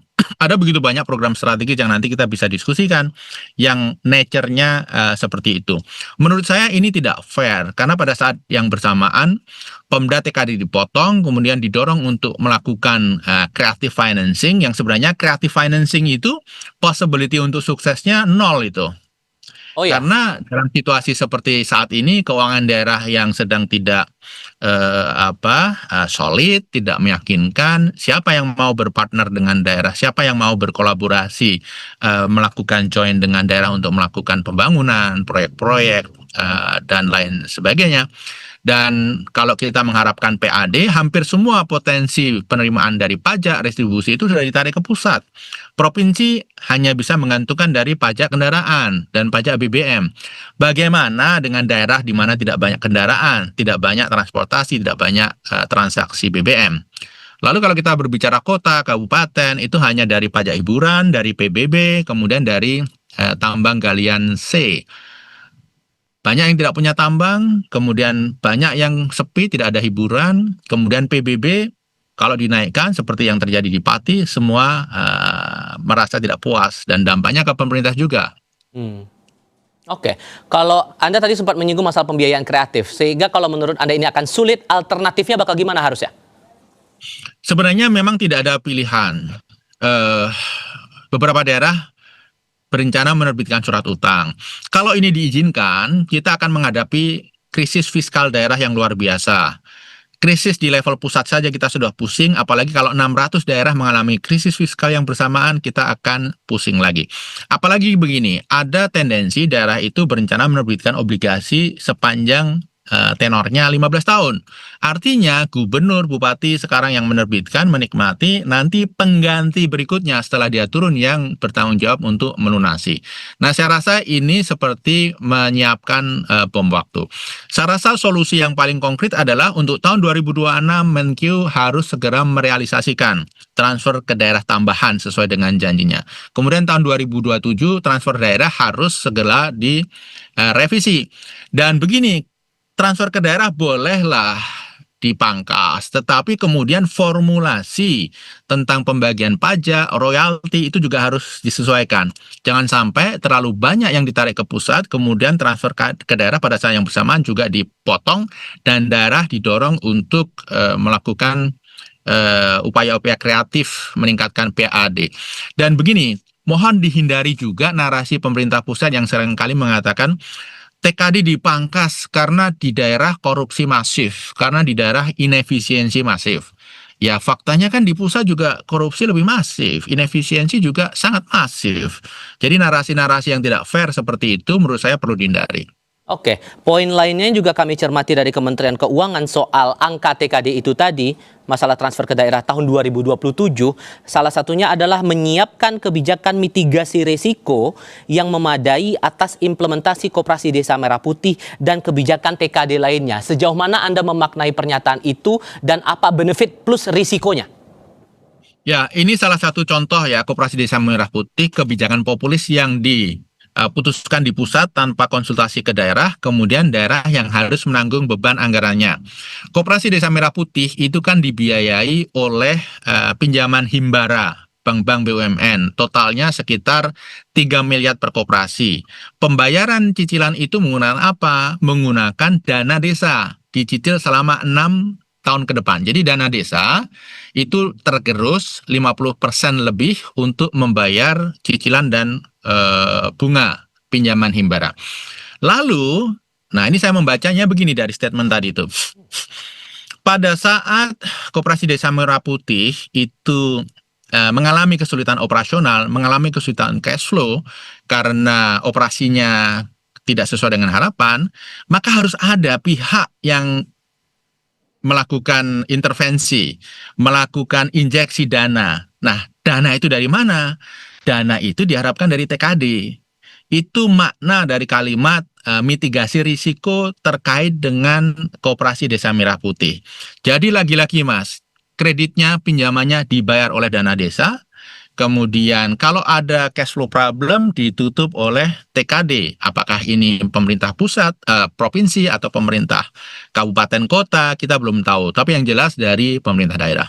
Oke, kalau kemudian sekali lagi jika RAPBN ini yang kemudian disahkan terutama untuk pos TKD itu tadi Pak, menyangkut soal mitigasi risiko untuk program KDMP itu tadi, maka alternatif jalannya untuk mencegah agar jangan sampai fiskalnya daerah ngap-ngapan, itu harus gimana cara jalan keluarnya itu? Ya, pertama KDMP sendiri harus direvisi, jangan terlalu agresif. Tahun ini 36.000 menurut saya ini terlalu agresif. Kemudian tahun depan akan dituntaskan total 80.000, itu terlalu agresif. Menurut saya tunggu dulu apa yang sudah dijalankan, stop di sini, dijalankan sebaik-baiknya, kita lihat situasinya seperti apa. Kemudian yang kedua, pemerintah pusat juga harus meningkatkan transfer ke daerah tadi. Kita sudah melihat yakin 99,9% akan ada krisis fiskal di daerah-daerah tahun 2027 ketika kebijakan ini dijalankan. Kalau sesuatu yang sudah bisa diprediksi dengan akurat seperti itu tetap dijalankan, saya rasa ini menunjukkan bahwa pemerintah kurang mau mendengar aspirasi dari daerah. Mohon maaf, daerah-daerah, beberapa kepala daerah, bupati, wali kota, gubernur yang secara tidak sengaja saya temuin, ngobrol panjang lebar, mereka itu sangat concern. Tetapi kenapa mereka nggak protes? Mereka merasa hopeless, merasa apapun yang mereka sampaikan tidak didengar. Di wilayah mana saja itu Pak yang berbagi cerita dengan Anda itu? Ya, saya tidak perlu menyampaikan daerah mana saja, tapi ada yang di Jawa, ada yang di luar Jawa, ada yang Kalimantan, ada yang di Sumatera. Mereka concern karena ya, saya protes ke Pak Purbaya pun juga tidak akan ada dampaknya. Karena memang situasi keuangan pusat sulit, tetapi pusat memprioritaskan program-program yang tidak mewakili kepentingan daerah. Misalnya program strategis, pembelian senjata, dan lain sebagainya. Oke. Kalaupun kemudian tidak mau disebut yang berbagi cerita dengan Anda siapa, tapi yang sudah terang-terangan ngomong ke publik juga lewat konten media sosial, bahkan setidaknya yang kasus paling ekstrim Gubernur Maluku Utara, kemudian ada Bupati Siak yang bahkan belak-belakan ngaku kehabisan kemampuan fiskal. Maka kalau sudah ketemu kasus ekstrem seperti itu Pak, siapa yang sebenarnya bisa bertanggung jawab atau paling bertanggung jawab menanggung risiko ini? Kementerian Keuangan kah, Kemendagri, atau jangan-jangan perhitungan Pemda yang meleset? Yang memulai harus mengakhiri. Jadi yang memulai situasi ini harus menjadi pihak yang mengakhiri situasi ini. Siapa itu? Pemerintah pusat. Specifically kalau saya sebutkan Kemendagri atau Kemenkeu? Kemenkeu. Kemendagri dia hanya menjadi penyambung lidah. Dan itu pun tidak efektif karena apa yang diputuskan oleh Kemenkeu, keputusan fiskal itu tidak bisa diganggu-gugat. Baik. Pak Wijayanto Samirin, terima kasih banyak sudah berbagi pandangan bersama kami kali ini. Sehat selalu untuk Anda Pak. Selamat pagi. Terima kasih Mas Tifal. Kompas Bisnis berakhir, tapi Sapa Indonesia Pagi punya informasi lain untuk Anda. Tetap di Kompas TV.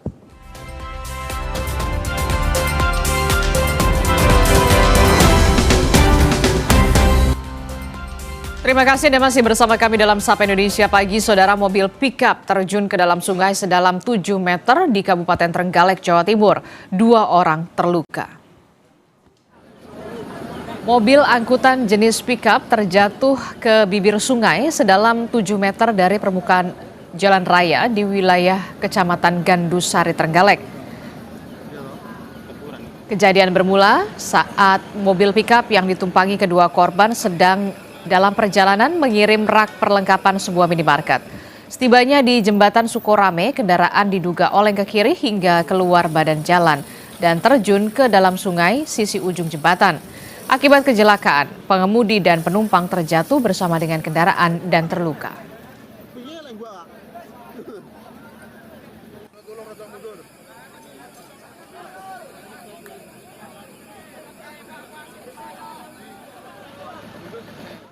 Kita beralih ke informasi lain, Saudara. Sidang pra-peradilan mantan Jampitsus Febri Adriansyah digelar di Pengadilan Negeri Jakarta Selatan. Tim hukum menyebut pra-peradilan untuk menguji 5 aspek dalam proses hukum Febri. Kuasa hukum ex-Jampitsus Febri Diansyah.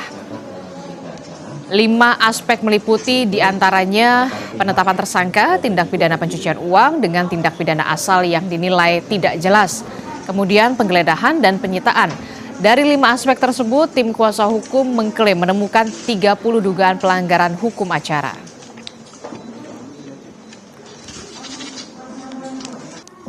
Baik ya, selanjutnya perlu saya sampaikan. Sementara Kejaksaan Agung memeriksa 8 saksi dan 1 ahli dalam perkara dugaan TPPU ex-Jampitsus Febri Adriansyah. 7 saksi berasal dari pihak swasta dan 1 saksi lainnya dari perbankan. Pemeriksaan untuk mencari alat bukti, memperjelas konstruksi perkara dan menelusuri aset yang diduga berasal dari hasil tindak pidana.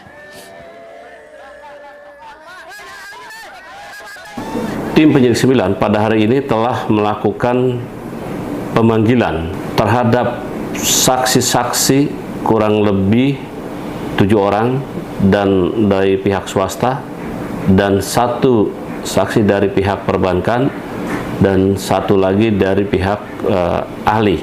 Mereka, saksi-saksi ini terjadwal untuk dilakukan pemeriksaan pada hari ini dalam kasus TPPU dan yang tindak pidana asalnya tindak pidana korupsi atas nama tersangka FA dan kawan-kawan.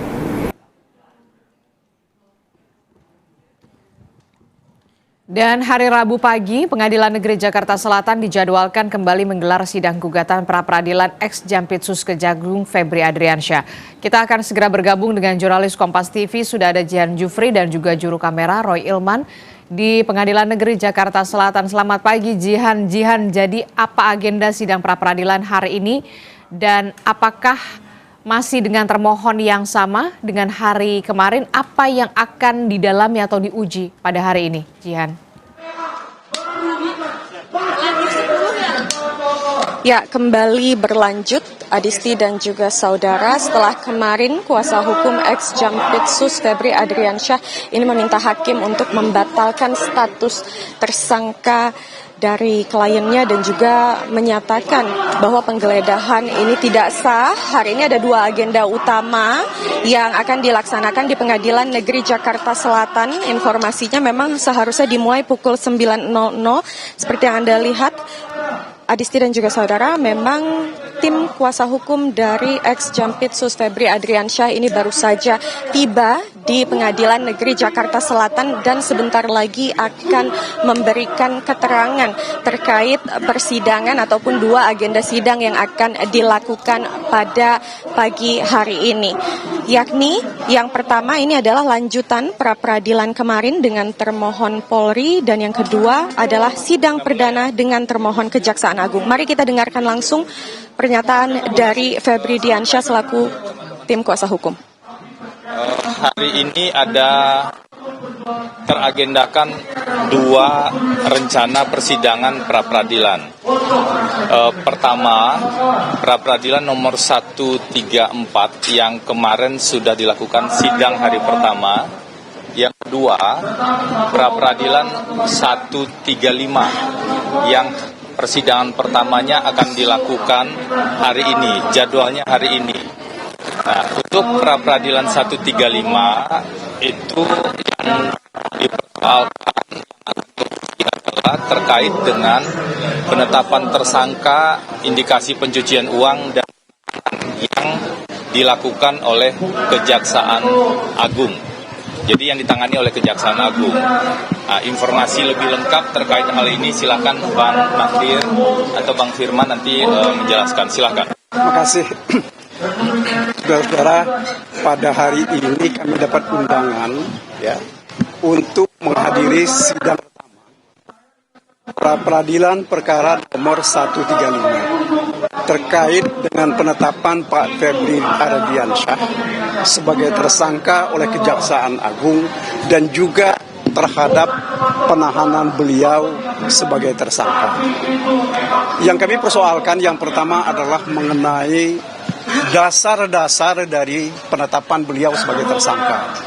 Beliau ditetapkan sebagai tersangka karena melanggar beberapa peraturan atau beberapa undang-undang. Ya, baru saja kita dengarkan bersama keterangan resmi dari kuasa hukum ex-Jampitsus Febri Ardiansyah, saudara, yang hari ini kuasa hukum baru saja tiba untuk kembali mengikuti atau menghadiri sidang pra-peradilan terhadap kliennya, saudara. Dan sebelumnya sudah ada jurnalis Kompas TV Jihan Jufri dan juga juru kamera Roy Ilman yang melaporkan bagaimana situasi terkini di Pengadilan Negeri Jakarta Selatan. Tentu nanti kita akan update lagi informasinya dalam program selanjutnya terkait dengan sidang pra-peradilan kasus ex-Jampitsus, dan informasi penting lainnya masih akan kami hadirkan usai jeda. Jadi jangan kemana-mana, tetaplah bersama kami.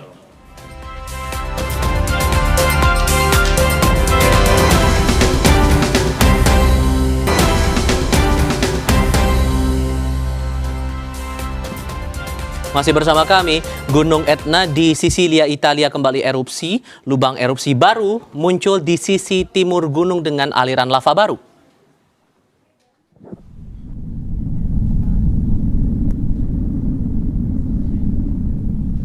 Semburan lava pijarnya yang membentang di sepanjang lereng menerangi langit malam Sisilia. Aktivitas Gunung Etna yang cukup intens sejak beberapa bulan terakhir ini membuat otoritas Italia menetapkan status siaga di level kuning sejak 26 Juni lalu.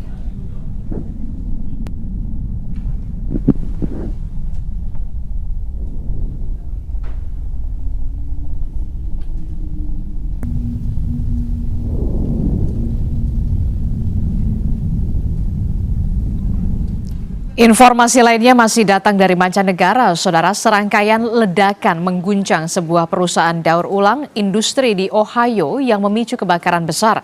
2 pekerja hilang dalam kejadian ini. Kebakaran besar terjadi di perusahaan daur ulang di Ohio, Amerika Serikat yang dipicu dari ledakan di perusahaan itu. Dinas Pemadam Kebakaran dan Penyelamatan menyatakan terjadi 2 ledakan di Brand Industry. Petugas pemadam kebakaran dengan cepat berusaha memadamkan kobaran api, sementara asap hitam membumbung dari struktur bangunan yang terbakar. 2 orang dilaporkan hilang dalam peristiwa ini.